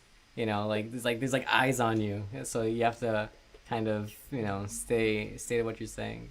I remember when I was in university, there was a practice room called like the eye room, and what people did, they just like doodled like 1,000 different eyes on the practice room, and just like a big eye, a bunch of small eyes, like dragonflies with eyes on it, and like they're just all staring at you. And I found that was the most productive practice room to be in, just because like I felt like I was being watched, so I had to, I don't know, like be more useful or something. Yeah, that's really interesting because I was talking to Patrick Kearney. He's a guitarist in Montreal, and he was talking about his time in the old days in the École Normale Supérieure in Paris. Mm-hmm. So that was the big school for guitar. Right. It still is a huge school for guitar in Paris, and it's just all these great performers from all over the world go there, not just for guitar but all kinds of instruments, and it's like the Paris Conservatory. It's very much on that level. And so apparently when he used to take his lessons, the lessons were always in masterclass format. Oh, really interesting. So you'd have a 1 hour lesson with the teacher, and anyone in the school at any time could decide, that they want to show up and they could watch you, and they could just basically make fun of you or just if you didn't prepare well, it was like a very cutthroat environment, Yeah. So people would just so he was talking about how he was playing and he just got like humiliated in one of the first lessons. Really? Dude, that's horrifying. Yeah, it's truly horrifying, especially because the lesson is such an intimate environment. Yeah. But he said that after that event, he felt he never came to a lesson unprepared, really, ever. Yeah, for sure. That's like the best peer pressure I've heard. That's so scary. Yeah, you wouldn't want to just show up like a goof, like, hey, I didn't practice. Can I, can we do this, and this? Is like, oh man, people are watching you just like embarrass yourself. Ooh, that's bad. That's bad. It's bad really, vibes. It's really quite terrifying. Yeah. So I'm trying to keep up with the chat here. Oh my gosh. So we're here. So do you ever practice off stream? Yeah. Yeah. Oh, Dan could do with moving mic to within a foot of his fizzog. What does fizzog mean? I think it means your face. I'm learning British English by osmosis. Yes. Big Coffee Stout is here, and he's one of the best supporters of this channel and Cactusroom's channel as well. And Guitar Shredder's channel is also here. All Guitar Shredder is another great streamer, classical guitar streamer, and Big Coffee's also a great coffee streamer. But he's in Britain. He's in the UK right now. He's watching from there, and it's 5 hours later than my time, which is 9 p.m., which is already 3 hours past Cactusroom's time. So it's really quite late. I can't do the calculation. It's 2 a.m. where you are, so Yeah, really amazing. That's wild. It's like it was great seeing all the people because I might expect from streaming at midnight that I have a lot of European viewers, and like a lot of them showed up today, which was super, I don't know, heartwarming that all of them are up at this ungodly hour to just watch the tunes and stuff. Yeah, you have a real following. It comes as a result of the positivity and the dedication, and it's just amazing to watch. Yeah, they're the best. Yeah, do you find that helps you with your confidence when you go into other parts of guitar, or does it keep you motivated to stay on track, or? Yeah, I think so. I've noticed a big change in just the way I behave. I used to be I'm still pretty shy and timid, but now it's like I have like a home base now. So, I take less shenanigans from people because I know that I have a lot of people who are rooting for me, so I don't feel like I have to, accommodate for people who are rude or demanding or things like that. Whereas before I would try and just kind of like waffle and please everybody, but knowing that like there's like real people that want to see me succeed, it's great to just be able to, I don't know, just act myself and say no to unreasonable things, which didn't happen before. Are there a lot of unreasonable things you have to say no to? Well, I think from streaming that absolutely yes, right? Yeah, yeah, of course. I totally know what you mean. So the iRoom sounds horrible though. These are some. Failure does not seem like a good learning environment there. No, I agree. Yeah. I think if you were in that environment, that like you would never fail, because like you'd be so afraid of failing that you just have to bring yourself to that level, Yeah, it's like having your back to the wall all the time. Yeah. Of course, I mean, yeah, it's really hard to know. I mean, we just don't learn that way anymore. We don't. That's not a valid teaching model anymore. Yeah. It's kind of like Julia Rigondi's kind of situation. No longer a viable parenting strategy to lock you in the basement for 12 hours a day. Yeah, it's just horribly illegal. Yeah. It's just a great way to get your kids taken from you. So yeah, don't do that. Yeah. Anybody who's doing there's actually a famous violinist, I won't say the name, but who is actually alive now, and her mom, who was a well-known teacher of violin, professor and stuff, she used to take the child, and when she was 2 years old, used to grind her fingers against the wall. What? Just so she would develop calluses as soon as possible. That's psychopathic, dude. That's awful. It's so fucked. Dude. Oh man. There's a lot of stuff like that. Yeah. Yeah. But they get good. It's really messed up. Yeah. And that's like the most offensive thing, I think. Like the fact that it works makes it even worse. I know. Oh man. I know. And it's always at what cost? At what cost? What is the line at which, we could say it was all worth it, because that person ended up having. You can look it up on the internet. I won't say the name, but you can look it up on the internet. It's a well-known story. Yeah. So you'll find it if you're looking for it. But anyway, that violinist, they created a massive career for themselves. Mm-hmm. So I mean, it's hard to know. Are we too lenient now? Are we too soft? Yeah. Soft now? Yeah. Have we become snowflakes? Yeah. Well, I mean, because you're so hardcore. I mean, you're just like a typical example of extreme hardcoreness. you sleep like 4 hours a day. You know, it's really, you hustle so hard, and there's such a backlash against hustle culture, and understandably so, because there's so much toxicity. But how do you feel about that debate? Like, how do you? I think it has to be your own choice. I think like why it's messed up in kids is that like they have no control over that. Like for me, like if I was forced to practice, like the way I do and sleep the way I do by somebody else, that would be like a war crime, like that would be really not okay.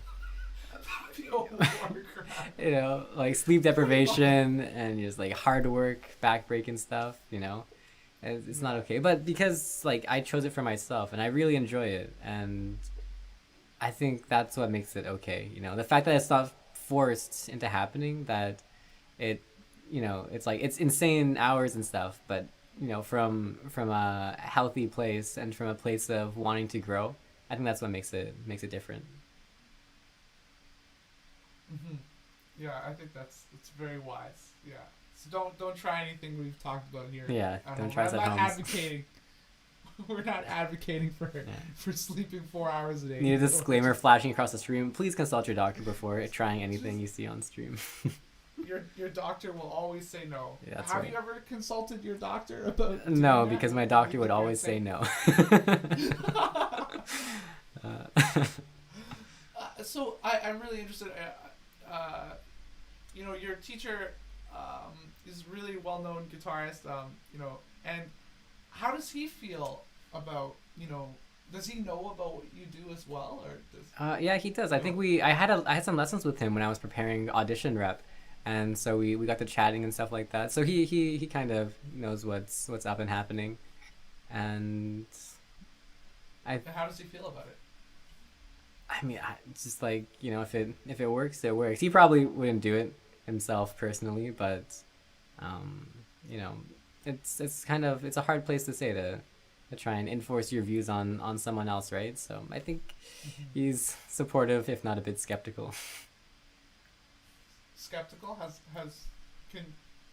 Well, I mean, if you tell anybody that you sleep like 2 hours a day, they're gonna be like, "Are you sure you're not gonna die?" Like that kind of skeptical. Yeah. Right. Yeah. Of course. But I mean, you're streaming. Streaming your guitar practice. Yeah. How does he feel about that? Oh, he thinks it's really cool. Like he was asking like a whole ton of questions about it, and yeah, like I honestly, like for me, I think this is the future. Maybe not necessarily practice streams and stuff like that, but I think online stuff is the future for sure. And if you can get into it, then yeah, it's the way to go for sure. Yeah, it's really amazing how the community has grown so much.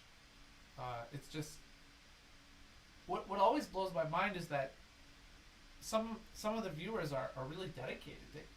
They stay with you the whole time, like for some people, like stay with you for the entire 8-hour slog. And it's what do you think makes practice streams so compelling for people that they're willing to watch it for as long as many people binge Netflix, as you're saying, or yeah, I don't know. I honestly, I have no idea. Like that's a question that I used to ask myself like all the time. Like nowadays I just kind of is accepted. Like I will never quite fathom the internet, but but I think maybe it's just that it's like it's something that's always there. So if you get bored of doing XYZ, then that is the Cactusroom. And if you're practicing guitar, then maybe it's nice to practice guitar with somebody else at the same time, So like you're practicing at home, I'm practicing at home, and we're practicing together apart, kind of thing. So that's my best guess. I'm not sure. Maybe other people could chime in, because we do have a lot of my regular viewers here, but yeah. People are chiming in a lot. So Code Bitter asks, what is the next new piece Cactus is planning to learn? Oh, the new piece? I have no idea. I don't know. I haven't thought about it. I'm still prepping my audition stuff. I think I have 2 weeks left, until auditions. So I'll be just slapping away at the same repertoire until then. And after that, I don't know. I honestly have no idea what I'm gonna do after that. I've been doing like the same rep for like 6 months, trying to get everything ready, and I don't know what I'll do after that. It's a wide open world. You'll do some more, I guess.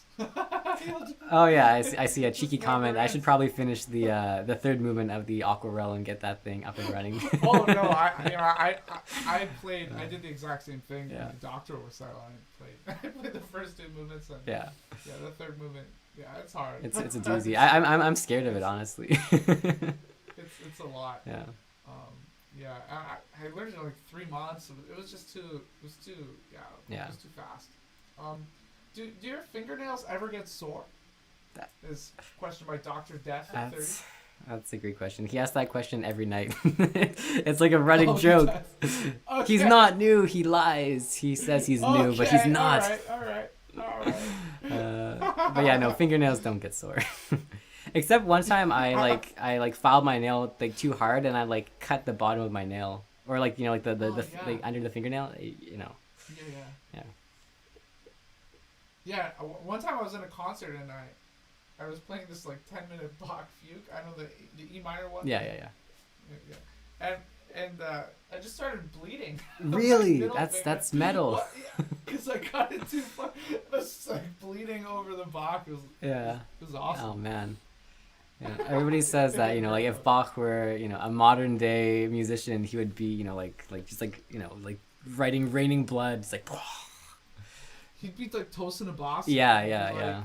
So you like christened it with some fresh offerings. I summoned him. Okay, I'm just trying to pull up the chat on Facebook too. So this is awesome. So how often do you get hecklers? Jay Crossley. Oh, like literally every single day. I don't think I can think of a day where like I just had like a normal stream go by without just having some jerk come in and do jerk things. What's the thing that irritates you the most and makes you laugh the most? Like simultaneously when someone comes in, says nothing, and just like play Wonderwall. Like it's super annoying. Like it's kind of funny at first, right? But then it happens like 1,000 times over the course of the year, and it's like, oh my god. Yeah. It's like such an original joke. Yeah. Or like some other like really just like random requests. It's like the one that makes me laugh the most is like I'll be playing a song, it'll be like I don't know, some random classical piece, and they'll be like, hey, is that song like like this thing by Eric Clapton? And I just burst out laughing. It's like so wrong, or I'll be playing like the Aquarelle or something and be like, hey, is that like Painted Black by Metallica? I'm like, that is so wrong on so many levels. That one cracks me up every time. Oh my god. Yeah, I always have I actually have a really great time watching your stream. Whenever I watch it, I'm always laughing, always having a good time. Me and Naoko watch it. Yeah, and I really wanted to talk about that as well. So my wife Naoko, and actually knew you before I knew you. Yeah, it's weird, man. It's such a small world. This weird, I know. Yeah, could you talk about this weird connection? Yeah. So I don't know how long ago, maybe like 2 years ago, 3 years ago or something like that. I got asked to play for like the Class Acts thing in Vancouver, where we just debut Canadian composer pieces in various cities. So I think like it was first played in like Ontario or something like that, and then we got it in Vancouver after that. And yeah, she wrote a super dope piece called the Gamelan Suite, and it's really fun because I did a little bit of studying on gamelan music when I was in university, and then just hearing that piece with all the clashes, it's a really weird tuning where you kind of tune it like approximately something like this.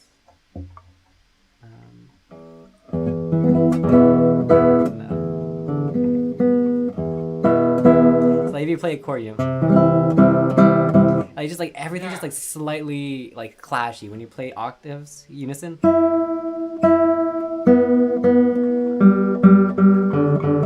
It's just super cool because that's the kind of effect that you get when you listen to actual gamelan music, because there's like an oscillation that dictates all of the harmonies and stuff like that in that music. So it's really cool to play it on guitar. Mm-hmm. Yeah, I was so annoyed by it. I just played it without it. I couldn't. But yeah, it's really amazing that you have a great version of it. It's really good. Yeah, so this is really great. It's got some great questions in here. Oh my gosh. Hey, finger painting is great. It's Practicing true. with the company of others practicing is something I like, by the way. Just have to keep control of volumes. Painted Black by Metallica. Yeah, I think the song was Painted Black. I think that song's by the Rolling Stones, is it not? Yeah. Big Preach. Thanks for bringing the gang over today. Yeah, this is just great. Yeah, I'm really kind of blown away by your work ethic. Do you? What do people outside of the streaming world think about what you do? Do you get a lot of skeptics, or do you convert people often, or? Skeptics? It's kind of hard to be skeptical when there's like literal like video evidence of me, doing it every single day. But Right. most people just think it's just crazy, like it's kind of like man, like what do you do for fun is a question I get a lot, and it's like, but this is fun. It's a hard sell that like practicing stuff is enjoyable, but I don't know what to say. I just like doing it. Yeah, it gives you flow, right? And it's such a meaningful activity. It just you're doing something you really care about. And you're totally enraptured in it. That's the meaning of life. Yeah, for sure. And that's why it feels so zen to watch you play it. And that's why there's this thing going on called #BuddhaGate. Is that an actual thing? That's been happening. At least when I was watching it all the time. That's like it was a thing. It was established. Can you talk a little bit about BuddhaGate? Oh, on my channel, I thought it was like an actual Twitter thing. I was like, no way. On your channel, BuddhaGate. Oh yeah, there's like some just joke conspiracy that so there was this one time when someone was watching my stream, and like at the exact time that I was streaming, there was like a thing with like a Buddha like feeding a deer, or like some like Buddhist monk feeding a deer, and they just like showed it at the same time, like overlaid on top of each other, and there's like a picture of that floating around my channel somewhere. And that's it's really, there's nothing to it. I don't think there's anything real special about it. Just like a great coincidence. I always thought it was that the BuddhaGate was secretly that like you're actually a Buddha. And that's why you practice all day, every day, and you're like so relaxed all the time. Oh yeah, that'd be a great conspiracy. I don't know. I feel like that's what I thought it was. No, I don't think it's anything like that. There's like a part of me that's like, is it? Although we do have the chillest vibes around, but yeah, it's just a funny picture. But in general, you are a very relaxed person, especially like compared to a personality like mine. It's like so like so compared to like a tweaky person like me, you seem so relaxed and calm. Have you always been like this, or is this something you've like worked on a lot in life? I don't know. I can't really remember what I was like before. I was always like super quiet. I've never been a really chatty person, except maybe when it's people I like and a topic that I'm really excited about. Normally I'm more of like a speak when spoken to kind of person, or silence being more valuable than random chatter.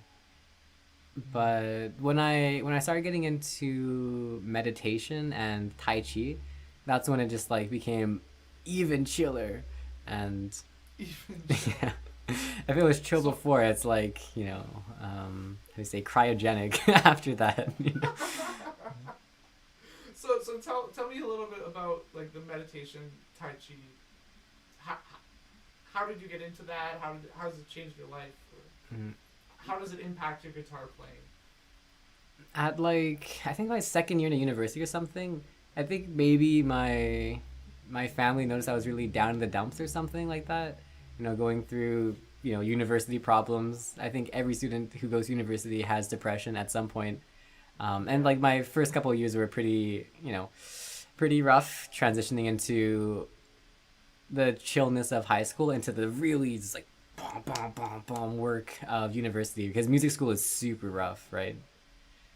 And then so I got this book on Christmas for, I don't know, like I forget the title of it, but it basically talked about like fortifying yourself and letting yourself be more like presenting yourself and then toughening up by like exposing your vulnerabilities and letting your like squishy inner self become firmed up, compared to having a really brittle carapace of like impenetrable material but a really vulnerable and squishy inside.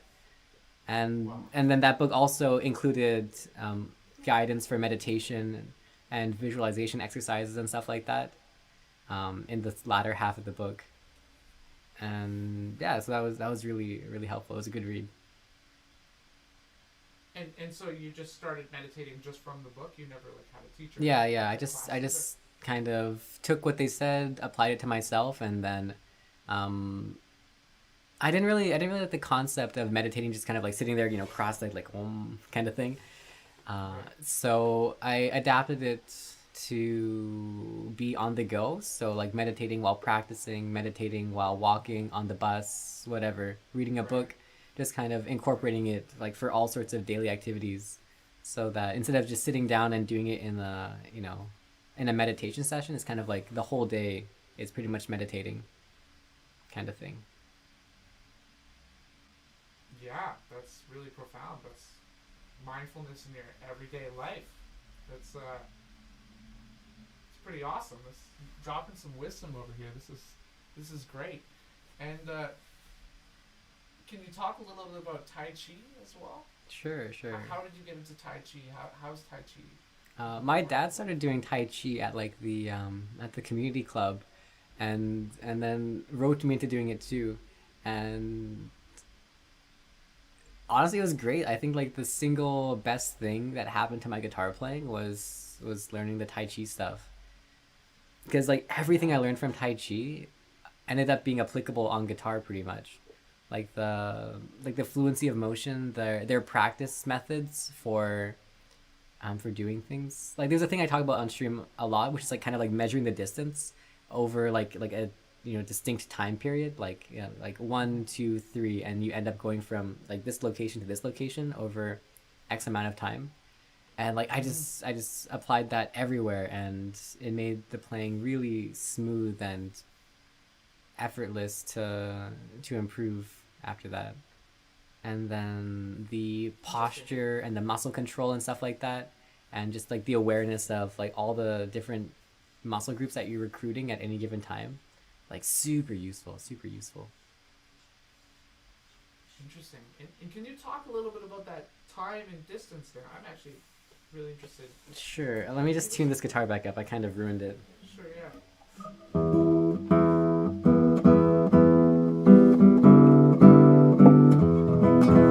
Yeah, so I was working on the that awful thing at the end of the store variations, like that thing, right? So like that's like the super clear example of it, because I just calculated, my headphones are gonna get in the way. Let me just move over. But like just calculating 1, 2, 3, 1, 2, 3, 1, 2, 3, 1, 2, 3, 1, 2, 3, 1, 2, 3, 1, 2, 3, 1, 2, 3, 1, 2, 3, 1, 2, 3, 3, 1, 2, 3, 1, 2, 3, or whatever the harmonies are. So it's like really like actively measuring. So I know where I want to start, I know where I want to end, and then everything in between is just figured out by your body. Like your body just knows the natural path to get from A to B in the least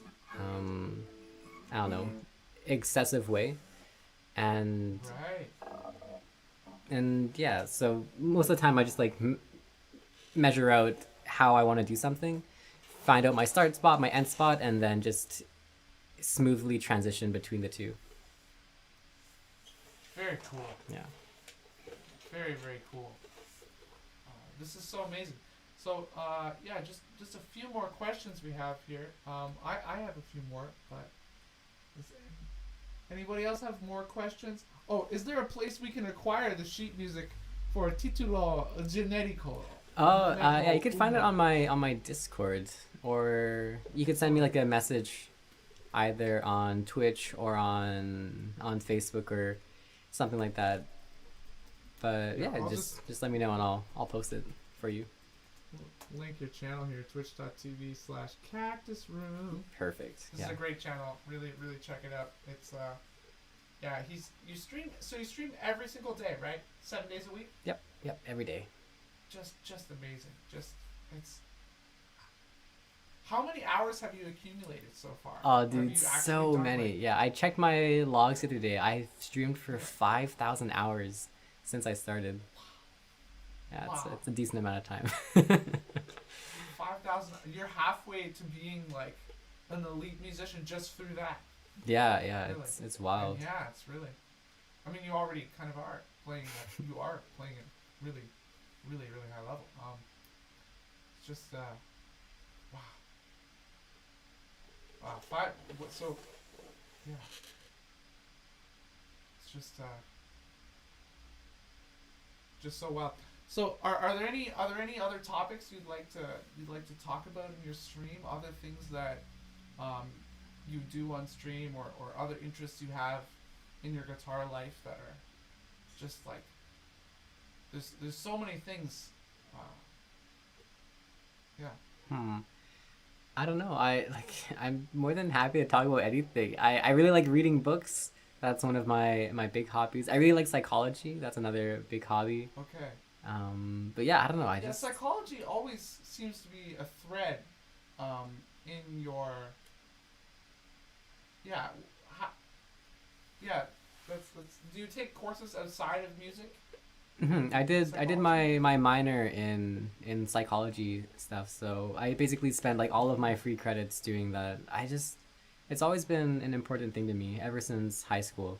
So like I self-studied a lot of psychology in high school, and then I self-studied a lot of psychology in university, and then I took a lot of university courses. So I don't know, I like to think that I know a decent amount of it, enough to try and be a useful influence. Because for me, I had to go through a lot of psychological issues and stuff like that, and a lot of problems. So I feel like learning about that helped me learn about myself, and learning about myself helps me help other people, and maybe be a empathetic ear, and to do for others what I would have liked happen to myself.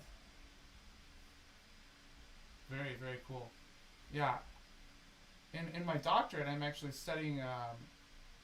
I'm doing my dissertation on music performance anxiety. Mm-hmm. So psychology has always been something that ends up in my life, and I always feel as though every single musician at one point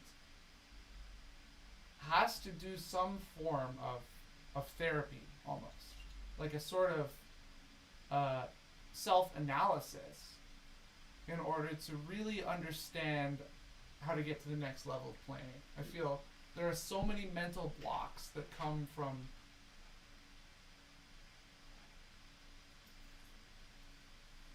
the factors that make us into a person that becomes a musician. Yeah, absolutely.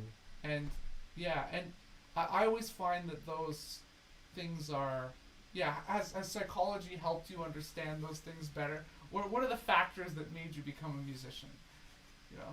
Man, I don't know. Like psychology definitely helped. I don't know if I could pinpoint like a certain thing, but I think like every musician has gone through the experience. I mean, I don't know, unless you're like some god amongst men who never had any problems, but Right. just like doubting everything that you've done, realizing that you're not good enough and that you'll never be good enough, and then realizing that that's a bad thought to have, and just like the back and forth between like I'm the best in the world, I am the trash, and I should not play anymore, and just like like that always like in flux and I don't know, like really volatile mental state, especially in university. I think I don't know. Like I was sitting in a practice room one time, thinking I was really good, and then I heard like a violinist beside me just like shred scales at like 1,000,000 beats per minute, and I was like, okay, I'm not good. Yeah, it's really amazing the kind of things we have to go through when we do this. It's like really, what kind of person decides to become a classical guitarist? Yeah, a crazy one for sure. Yeah, who streams 8 hours a day. What? So how did you become a guitarist? First of all, we haven't talked at all about that. Yeah, I don't know. Like I was a classically trained violinist at first. I did that for a couple years, and then Really? I realized that I didn't like playing with other people.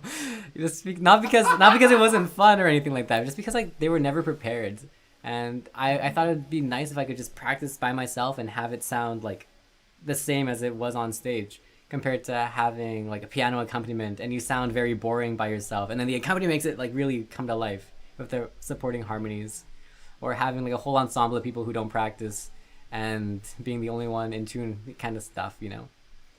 So Interesting. yeah, so I didn't like that. I wanted to play something that like was solo, that I didn't have to rely on the fickleness of playing in ensemble. So yeah. And then just by pure coincidence, the year after I quit violin was the year that the guitar program opened up at my high school, so I just joined the class. So just like really just like a stroke of fate. Yeah, the very first guitar class ever just happened to be right when I quit violin. So yeah. That's very interesting. A lot of great guitarists have started out as violinists. I do you know of Tejay Liao, for example? Yeah. He's crazy. He's really good. Yeah, Concordia, great guitarist, and he started very, very late in life. He started in his, I think he basically did another degree, I think, in business, and then he just started guitar. Wow. He went, yeah, and then I think in his second year he entered the concerto competition and like won it. That's insane. Wow. Because he'd gotten to such a high level in violin Yeah. that, when he transferred the skills, he was unstoppable. That's So amazing. That's really interesting. To know that you started. Did you get to a very high level in violin, or did you? I wasn't that good. I was okay. Definitely like in the student level for sure. Right, but did you start at a very young age, or did you start? No, I started pretty late. I started in like 4th grade or something, so I was like 10 years old or so. And then I quit when I was 13 for guitar. Wow. You sold your soul. Yeah. That's amazing. That's great. So yeah, there's so many things we could talk about. But yeah, I just want to thank you so much for coming onto the channel and doing this interview and just doing this concert. And if you haven't donated to Tejay Liao's concert, and how do I pronounce your last name? Is it Liao? Liao, Is it yeah. Like Liao, yeah. Okay. So TJ's concert, if you have not donated, please do. He deserves millions of dollars for this great concert. His stocks should go like GameStop without going down. They just need to just keep going to the moon. Yeah. All these, but seriously, all these musicians who come onto this channel every 2 weeks, they're all really top tier players, and you're definitely no exception in this. And it's just amazing to watch all these great concerts and just see what people put so much time into it. And what I love about your streams is that you really get a full appreciation for what people go through in order to present concerts that seem so easy and are just so nice to listen to while you're playing a video game or you're doing whatever, and which is fine, but it's just there's so much going into what you're doing, and it takes a lifetime to get to that level. Yeah, or absolutely. You can just compress it into 8-hour days. Yeah. So anyway, so this whole project, Concerts for the End of Time. If you're not aware of what it's about, it's basically a concert stream that we started. I started in March of last year, and we just decided, how do we get artists to continue to make music and still get paid well for it during this crazy pandemic. And so this is it. And I take zero money out of this. All of the donations that are made during the stream go directly to this guy right here. So yeah, I'm not taking any commission, and it's all about the artists. So please contribute to TJ's awesome concert. Yeah, it was just really great to have you, man. And yeah, are there any other questions that anybody has for TJ as we wrap it up? Oh, anybody? Yeah.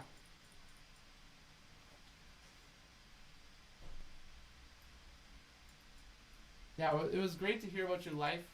And anybody who wants to watch TJ's streams, please go to twitch.tv/Cactusroom.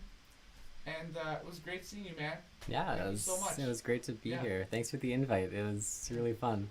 I had a really good time. I haven't done a concert in a really long time, so this was awesome.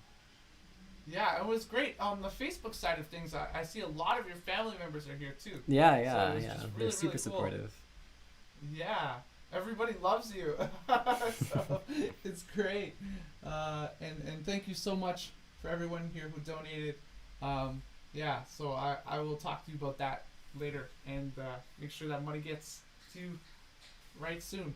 Okay, so thanks so much, TJ, and I'll see you later, man. All right, take care. Thanks Yeah. for Well, yeah, it was everything. great It was watching- awesome. Bye. Yeah, we'll have you back again. This is just, I love this crossover episode. Yeah, it was great. Concerts for the End of Time featuring Cactusroom. Yeah, it's great. Coming together. That's Yeah. what it's all about. All right, see you, man. All right, take care. Bye. Bye.